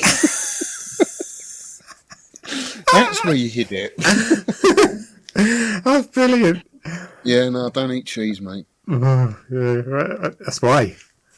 it just melted. You're not supposed to throw them on necks of. Halloumi is about the only cheese I'll eat, but that tastes nothing like cheese, does it? It's just chewy plastic, that, mate. It's chewy rubber, isn't it? Yeah. But it's nice on a barbecue. I suppose so. Yeah. Right, let's go to the meat and potatoes of this lovely podcast. We've been going for a while, haven't we? Feature game review. The featured game review. This is Ghosts and Goblins from Capcom 1985, chosen by your good self. I'll put 2 YouTube videos in if you want to watch from Tony, the Master Tony Riccardi. So I'll put them in the show notes. And take it away! Can you put some music in the background? No, I won't bother, sorry. Go on. But yeah, Ghosts and Goblins, Capcom, 1985 is a game I played back in the day. Fantastic game. Most people really struggle with this game. And in fact, I did back in the day. I mean, if you think about it, you only had I don't know how many 10p's you had back in the day, but I probably only had £1 worth. Mm. And that doesn't get you very far. I mean, to get really far in this game, you have to put so much time into it. And it is a memory game, I would say, up until about stage 4. And then it's down to skill. It really is down to skill and a bit of luck. But up until that point, I think it is a memory game. So starting off on stage 1, so Ghosts and Goblins is sort of like an action platformer, isn't it? Yeah. And I don't even know what the guy's name. What's the guy's name? The protagonist. Is it Arthur? It's Arthur, isn't it? I think so. Yeah, it is Arthur. Of course it is. It's Arthur. So he's got to make his way to the top of the castle to rescue the princess, I would imagine, isn't it? I've never reached the end. But stage 1, stage 1 starts off quite simple. You start off in a graveyard. There's loads of gravestones about. And you've got to basically make your way to the right to the end of level boss. But I mean, there's loads of things that are going to pop up and get in your way. The main problem people have on the first stage is the demon at the very beginning. Because he comes at you so quickly, doesn't he? Yeah. Really, really fast. But there is a way of doing that. You get to the money bag. There's a money bag about a metre away from him. And if you get to the money bag, pick the money bag up, and then just press fire as quickly as you can, you should destroy him really, really quickly. And you'll get 2,000 points for that. You'll also get 2,000 points for shooting any of the gravestones. So what happens is when you shoot a gravestone, a demon will appear or pop out. Shoot a demon, and you'll get 2,000 points. But he will try and turn you into a frog, so watch out for that as well. Did you ever get that, Shaun? Every time.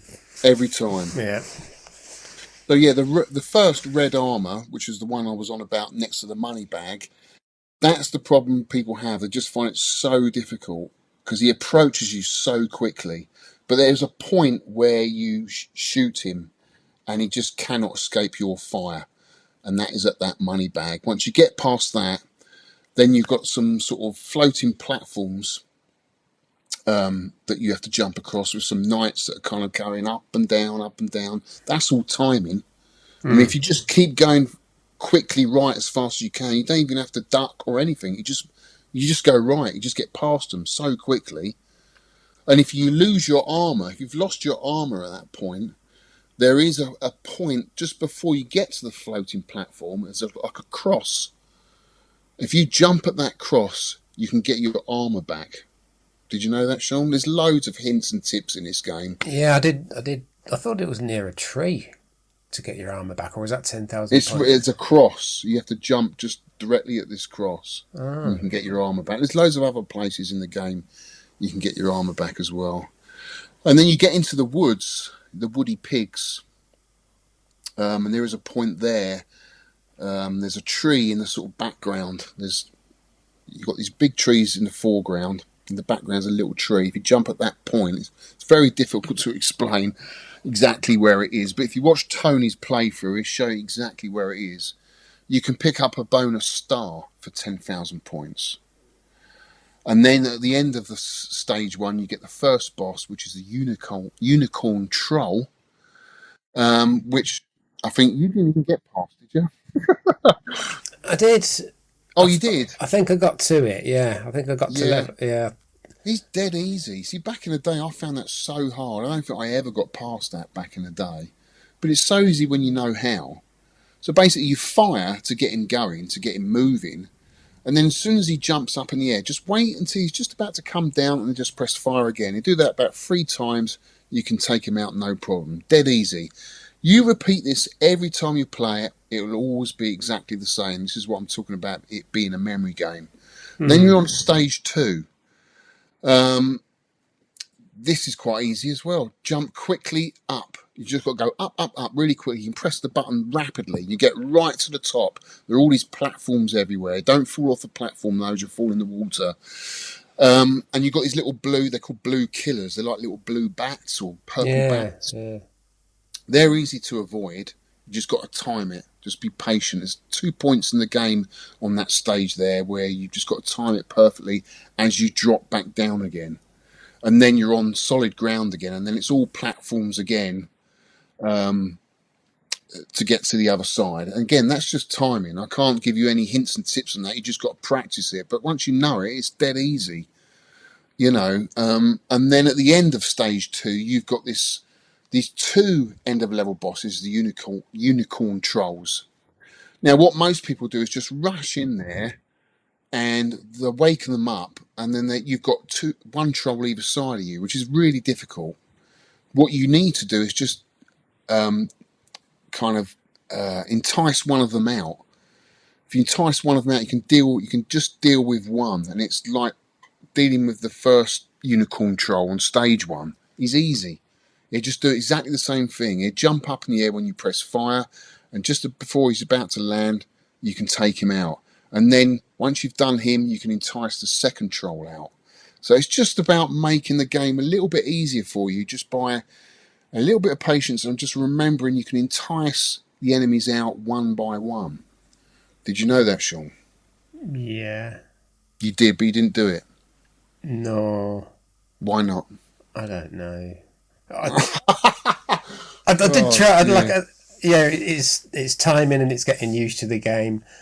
Yeah. It reminds me a lot of Black Tiger. This, because that's can be a memory game, but it's got enough variety in it that it's memory game for knowing where all the secrets are, really. But it's that I think this made me want to play Black Tiger because it's But we'll speak about it at the end. Our opinions anyway. Go on. Okay. Sorry. Well, on to stage 3. If people got to stage 3, I mean, I'm talking about these stages because I have done all of these.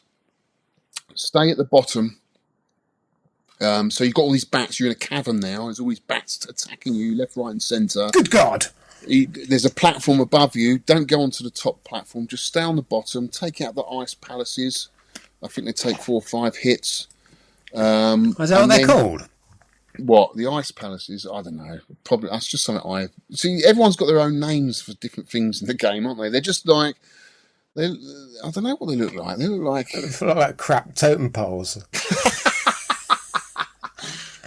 But icy. Yeah, icy totem poles. Cold as ice. Boom. Sorry. But yeah, because you're in a cave, so there would be ice palaces in caves, wouldn't there? Yeah. Anyway, there's a point in this game when you get past those little ice totem pole palace things. There's some stalagmites hanging down.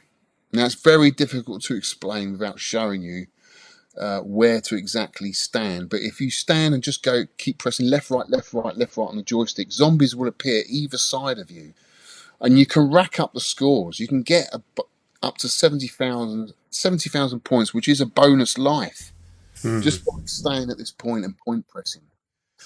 And I don't know, the ROM set that we were playing only allows you to get 1 extra life, but there are other ROMs. I think there's 7 different ROM sets for this game, isn't there?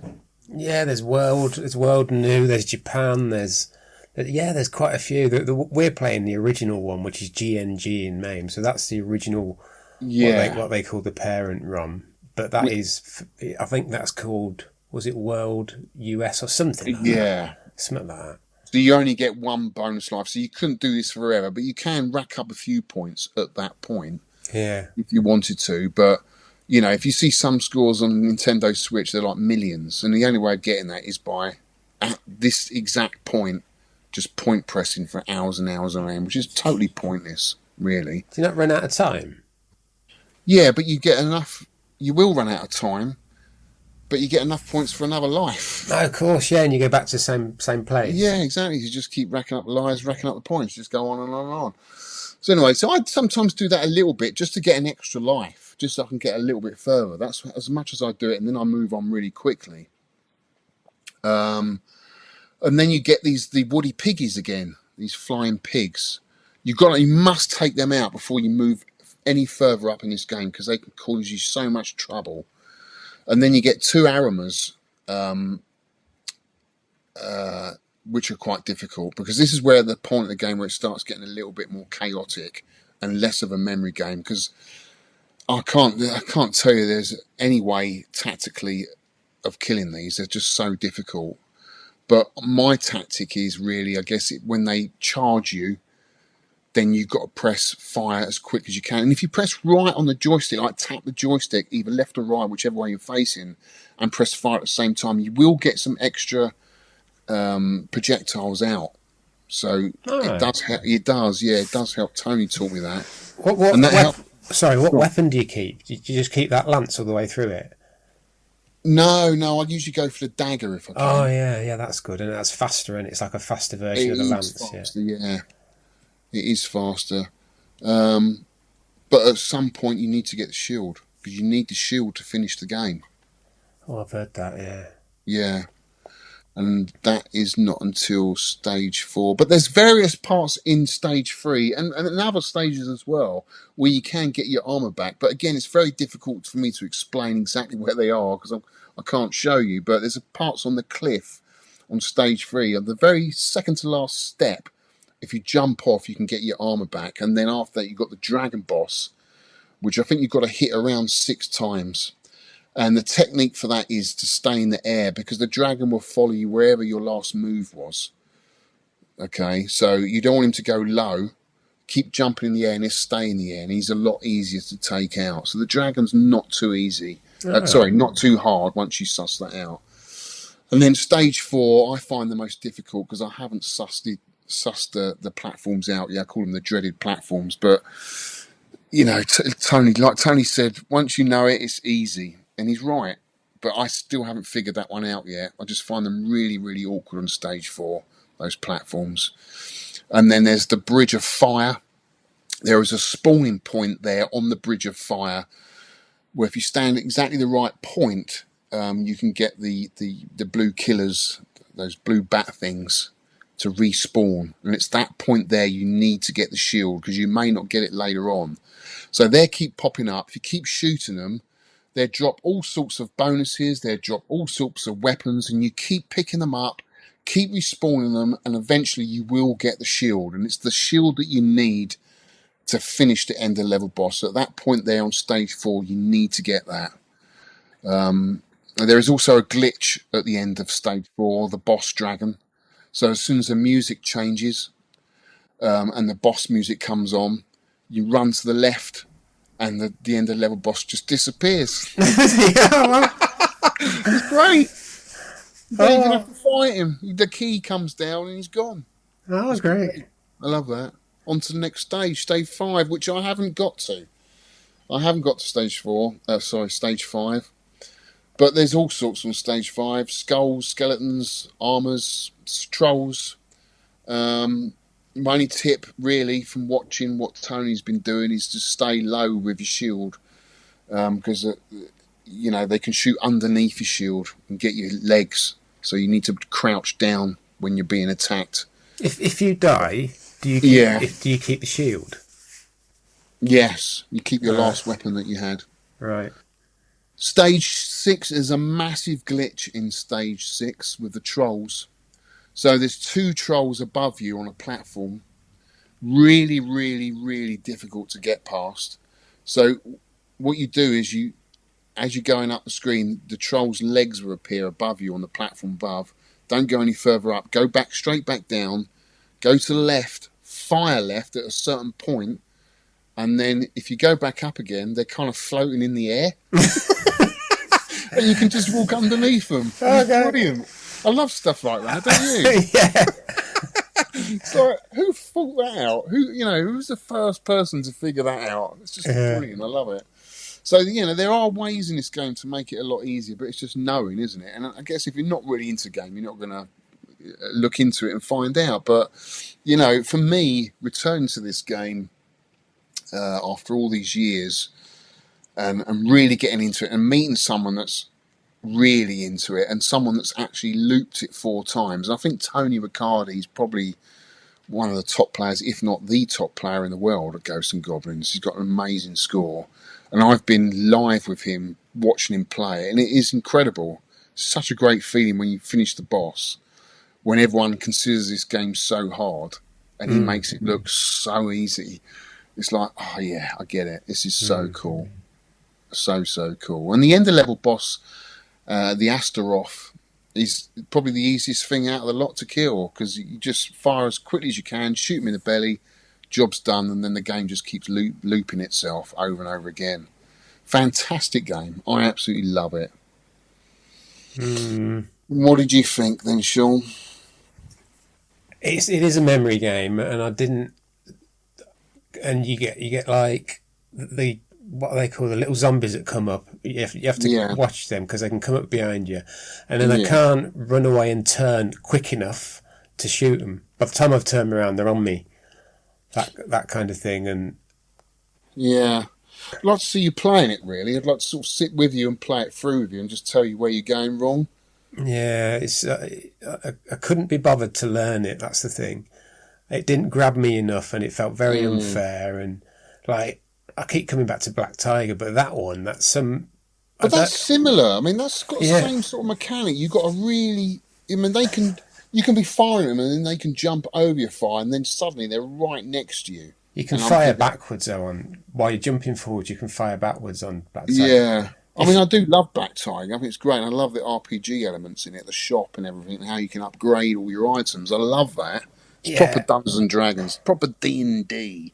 Yeah, it's smoother. It's so quick. I love it. So I kept thinking of that.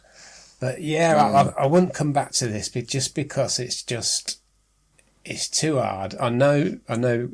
Practice like you and like Tony done. Practice, and you could walk. You could go through it. But I'm not that much involved in it. I can't. Yeah, it does feel a bit clunky, to be honest. I think. I know it's a 1985 game. You can kind of get stuck on the ladders a little bit, and Yeah. yeah, it does feel a bit clunky, especially when you played it. Like if I hadn't played Black Tiger, I would have kept on with this.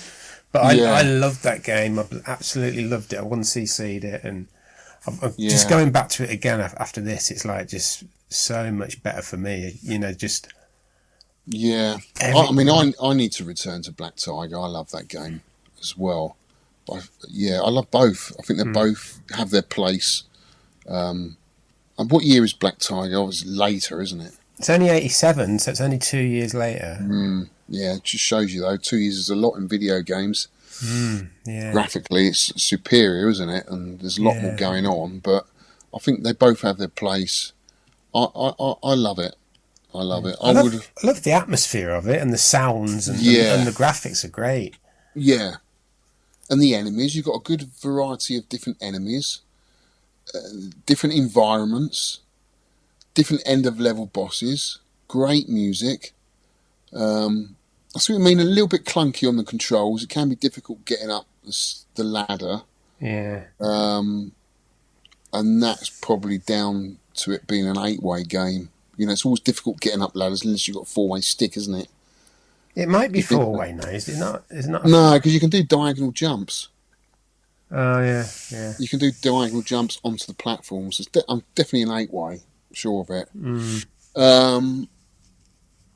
But no, I think it's... when the game came along, you know, I just remember everyone was playing it. There was just so much love for this game. Yeah. And I think the love for it is, you know, is still there. I think people still return to this game, even though it's hard. It's still a challenge. And one thing I've learned as I've got older, I like challenging games. I like Defender and I like tough games that keep me coming back. I think if I finished the game too easily, I wouldn't return to it because you've kind of done it, haven't you? Yeah. A little bit. Yeah.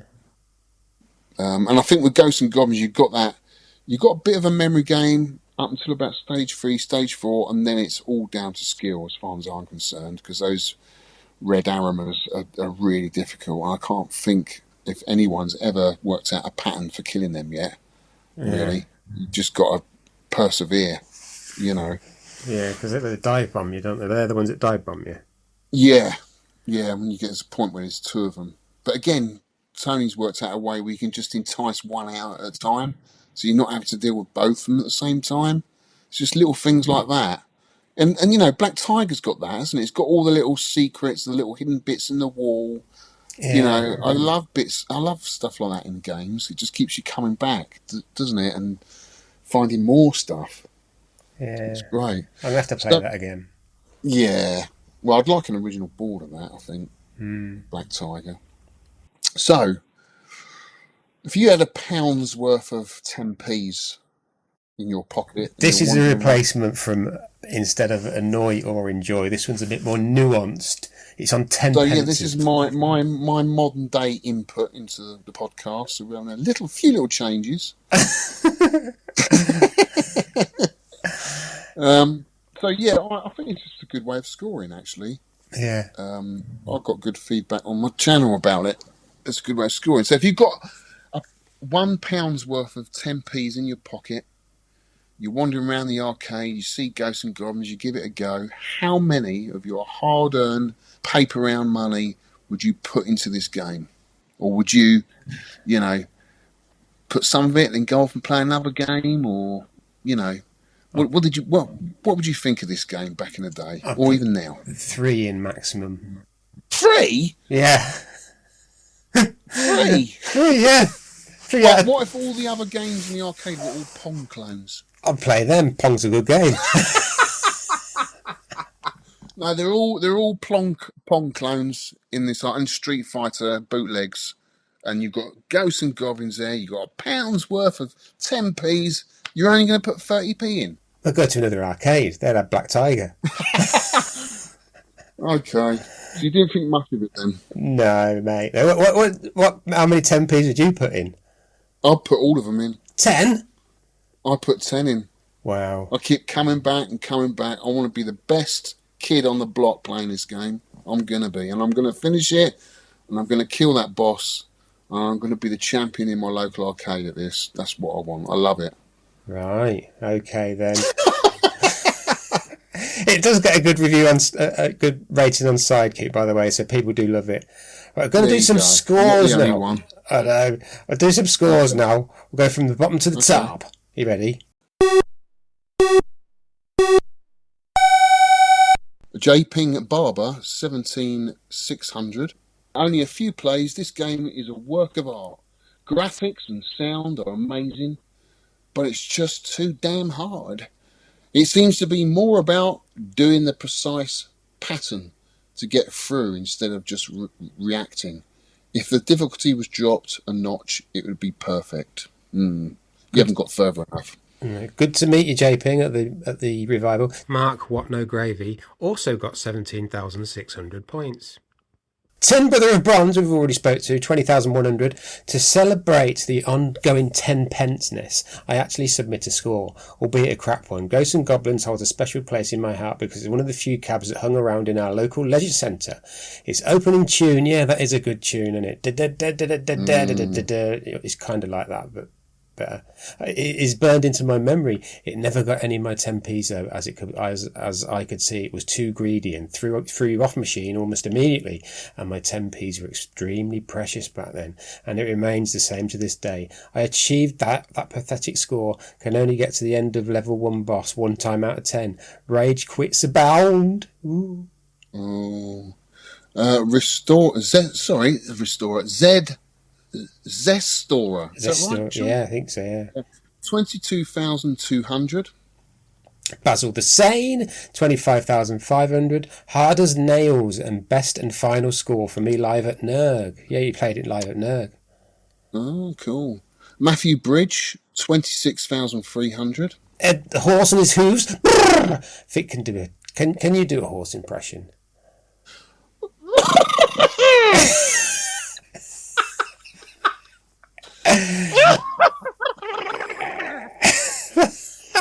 That's not a horse, but it's quite scary. He got I've just said this, I don't know, 26,700. Well done, Ed Horse and his hooves. Victor next.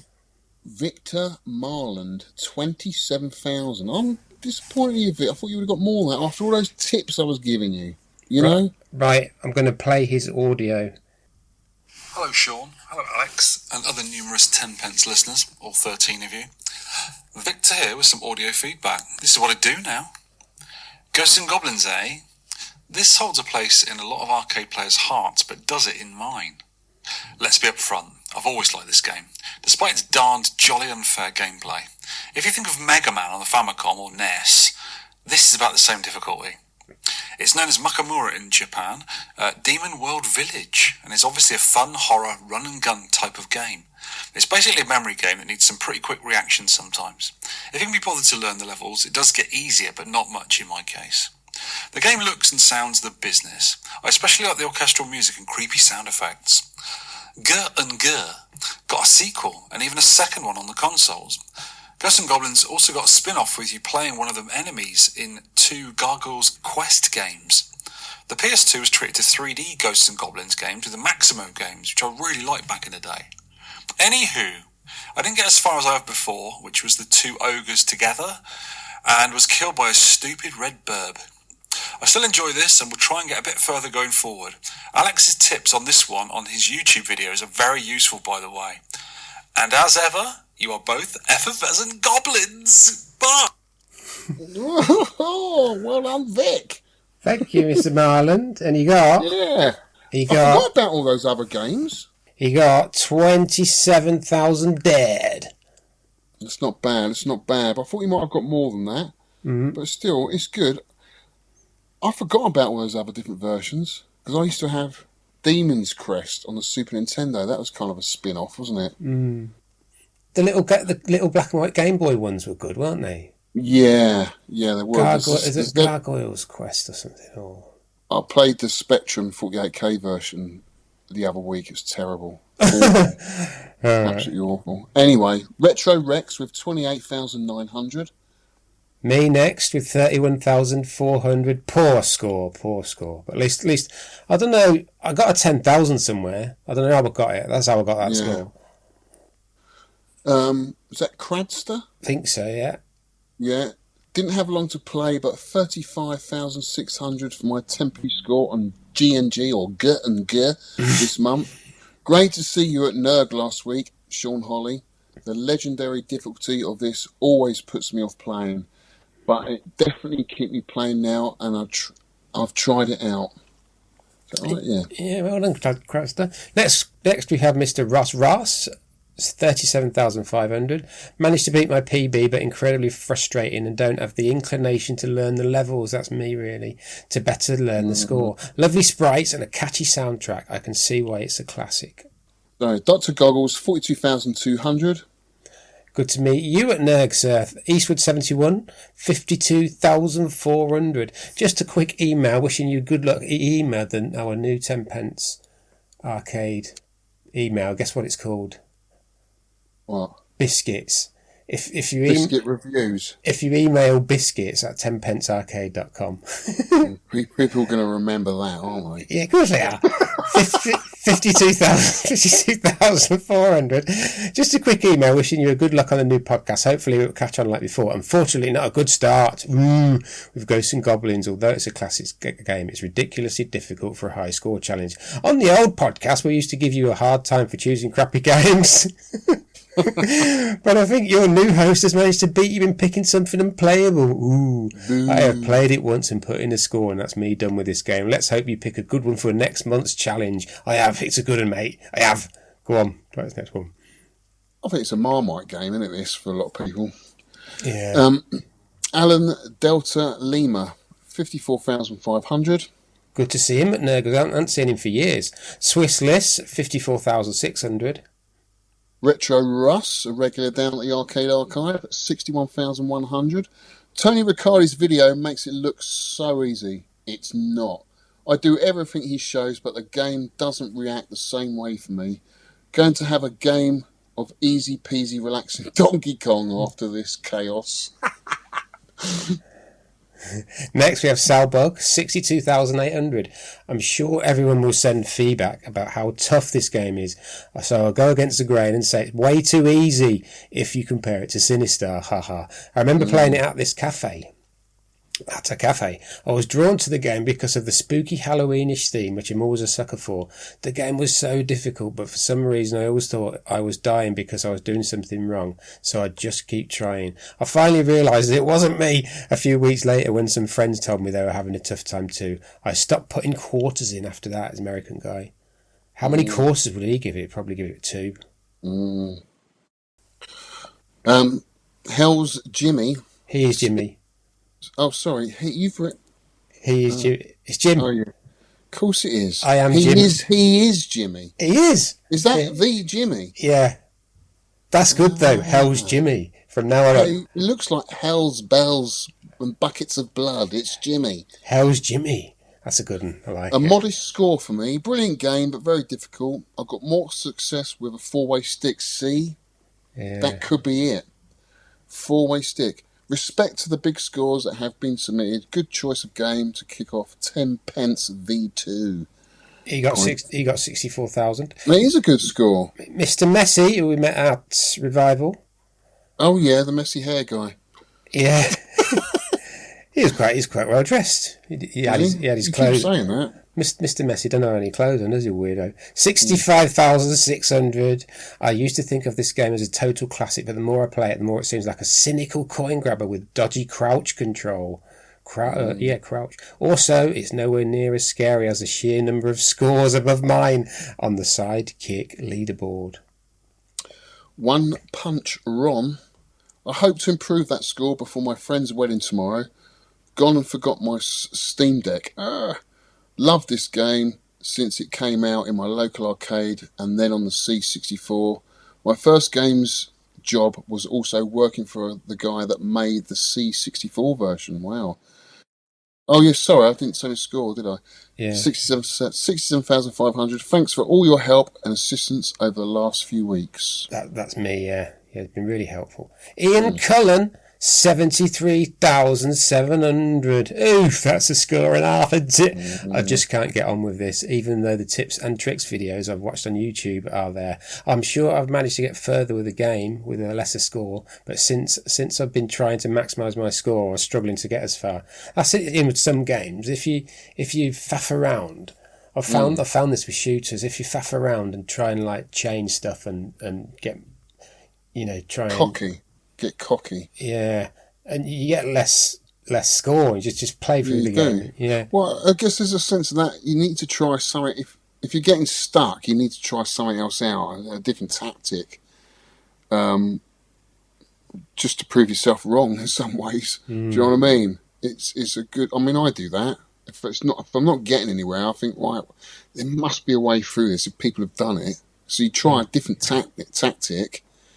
If it works, it's great. You stick to it, don't you? I mean, everyone plays Donkey Kong in a completely different way. You watch people play that. Everyone's got their own way of playing. Whatever works for them. All right. I think with this game though, as I say, it is a memory game. There is only one way of playing it. It's just remembering that way of play until you get later on in the levels, and then it's down to skill and perseverance. But anyway. We move on. Old Man Steve, 74,000. I hope to improve that score before my friend's wedding tomorrow. Gone and forgot my Steam Deck. Love the game since it came out in my local arcade on 64. The first game's job was also working for the guy that made the 64 version. That is the same. It is the same. I've copied one punch runs. Why did you let me read through all that again? It's all right, isn't it? I don't know what Old Man Steve's feedback was. He probably said, "This game is pants." He said, I've developed a twitch after playing this game and need to get medical assistance. I'm making up as you go along now. Yeah. Mr. 20 to 5, 74,400. I'm sure he said something. I'm not putting it in. He hasn't said anything. It's just blank. He does, and You've mucked it up, haven't you? I've messed this completely up. Bring back Vic. I know. It'd sort me out, wouldn't he? Aid Skyway 73. I've met him. Do you know I met him at my brother's wedding? Unbelievable. He come up to me and said, "I can't believe you're here." I said, "What? You're Alex from the YouTube channel?" I was like, "Yeah." he was with his wife. He was so happy to see me. It was funny, hilarious when you meet people like that. Anyway, he got 77,400. Well, I got to the third level, which was good going for me. A classic game, which I've always found more frustrating than fun. Respect to anyone who can get to the end. So tough. Getting in the points now. Majock with 2 points. You got 89,700 points. Well done, Majock. Oh, and who's this cheeky chap here? Alex. That is not my tops. That was just like a off the cuff game. I got 103,600. Ooh, that's good, that's good. Right, 4 points, Adam Flint, 105,900. Hi, Shaun and Alex. Thanks for keeping the podcast going. Here's my score. I managed to get over 100,000 points by spending my first 3 lives in the graveyard, shooting gravestones and bagging 2,000 points each time from the fellow who turns you into a frog. There you go. It got me every time that, whilst praying for a zombie to drop a 10,000 point statue. I set myself a graveyard target of between 20 to 30,000 points per life. That's clever. Letting time run out, and then on my 4th life and bonus life, going out of the graveyard and getting as far as I could into the rest of the game, which wasn't far. Hey, it's a good idea. That's got him a good score. Yeah, it's mad, isn't it? That he hasn't ventured any further than the graveyard. Are you scared? He's rinsed it for points. He was scared, wasn't he? He was scared to go any further. He's having nightmares in now. He is, yeah. Button's got 5 points, and he got 121,300. Hey, Shaun, Victor, Alex. Here is a bootleg, possibly Willis. That marquee. Have you seen that marquee? It's straight. It's got ghosty goblins or something. And then as soon as you said Willis, it made sense. Willis were I think they were a licensed company that made artwork for a lot of companies. They did a lot for Atari. Oh yeah. In fact, Martin, Smarty Martin, brought a centipede along to Revival last week, and which used to belong to me. That centipede, and it's got the Willis artwork on the control panel, which looks amazing. I love it. It's so cool. So yeah, but didn't know they did a Ghosts and Goblins one. So that is very, very cool. So he says a monthly game for this. Sorry to interrupt. Here is a bootleg, probably Willis, of the monthly game for this to go around. Sorry, I have not been playing the games too much for 2024, but this one I could not pass up as it is my top 5. Buttons is the handle I usually go by when submitting the score on Psychic app. Can't wait to hear Alex come back to the podcast. Keep up the good work, chaps.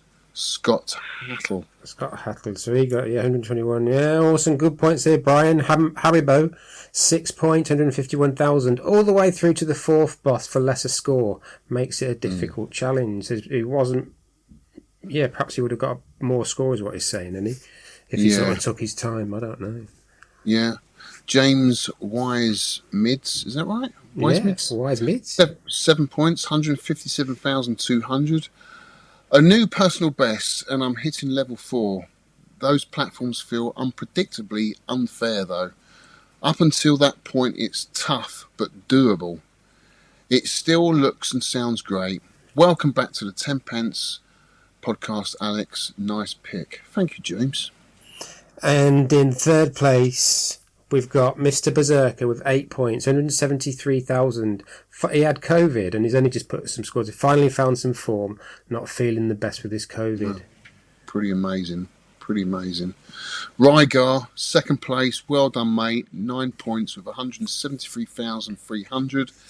If it wasn't for those pesky platforms, I'd be on a new personal best. Oh well, onwards and upwards. I agree, those platforms were a nightmare for me, causing me all sorts of problems. Oh God, yeah. I'd have nightmares about platforms falling off them and that. That's horrible, mate. Mr. Haddonfield, a new player, 10 points, 648,900. I checked all his scores on Sidekick, and he's a really good player. He's put loads of excellent scores in, yeah. So hopefully see some more from him. So that's your scores, kids. Well done, guys. Oh, I've also got a snapshot. I'll put this on as well. Current league standings, right? This is the current league standings, how you stand in the league. Rygar's number 1 with 56 points and 7 games played. Mr. Berserker is 49 points. Aid Skyway is 42 points. Salbug is 33. Ross is 19. Eastwood 77. It goes on and on. I've got 15 points. That's roughly 2 points per game. Yeah. Roughly 2 points per game of crap. And then, Vic's got 11 points. So, yeah, that's it. I'm going to put this high score league on the website as a... Where's me? I'm not on this list. No, you're down at the bottom a bit. You've got... You should have said new entry at number 40 from Alex. You would have got, going up in the charts. You would have got 3 points, wouldn't you? Rygar's a good player, isn't he? Yeah, he's the new Charlie Farr. He's won it 3 years running this. Really? Yeah, he's great. Next show's game. Right, next show's game, my pick. Mm-hmm. I'm thinking we haven't chosen a vertical shoot 'em up, my favourite genre, for a year. It's been a year. Really? Yeah, since Dr. Topple, I think, or something like that. Or what was it? Something like that.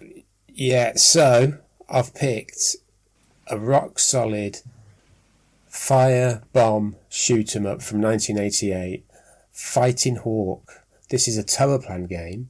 I've never heard of it, and I'm surprised it's tower plan. And we haven't played a tower plan game since Truxton 2 in 2018. If anyone knows, I love tower plan. The ROM name is F Hawk, FHAWK. Difficulty medium, lives 3. That's it. Default settings on all your platforms. It's the sequel to Fighting Shark. Is it Fighting Shark? Oh yeah, I think Flying Shark. Yeah, I think you had that in the Flying Shark in the arcade. Yeah, arcade. Yeah. This is Fighting Hawk. It just seems to play a bit better. Yeah, it's got simple power ups. It looks a bit like the earlier games, Tiger Heli, and like yeah. Oh, I should like this then. No, as long as it's not a bullet hell. No, it's like tower plan though, so the bullets do cool. Bullets I love a tower plan game. Love a tower plan. No continues and no auto fire, although it could really do with auto fire this one, but I'm going to resist it. Good. This settings and other stuff will be on my website. So if you go onto 10pencearcade.com, they should be on that website. So if you forget the difficulties, if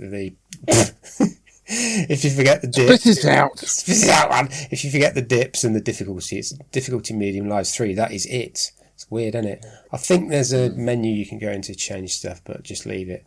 Submit your score on a wild llama. No. So, but arcade ROMs only, please. No scores from consoles or computer compilations will be allowed, or you get a kick in face, as they may be different. We might bundle you. Yes. What? Bundle? Bundle. Didn't you ever do that at school? Let's bundle him. What was that then? We all used to jump on top of someone we didn't like. All right.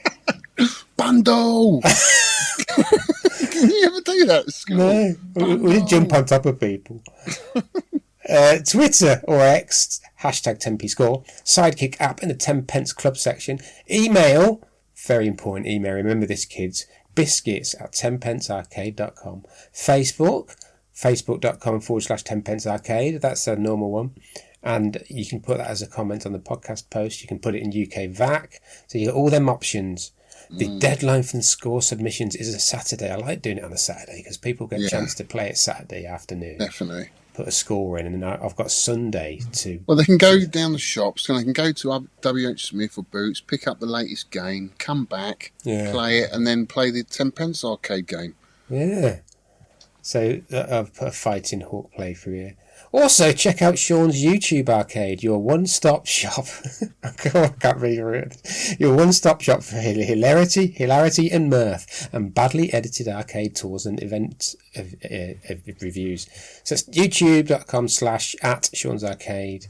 That's absolutely brilliant. I don't know who did that, but it's such an informative, clever...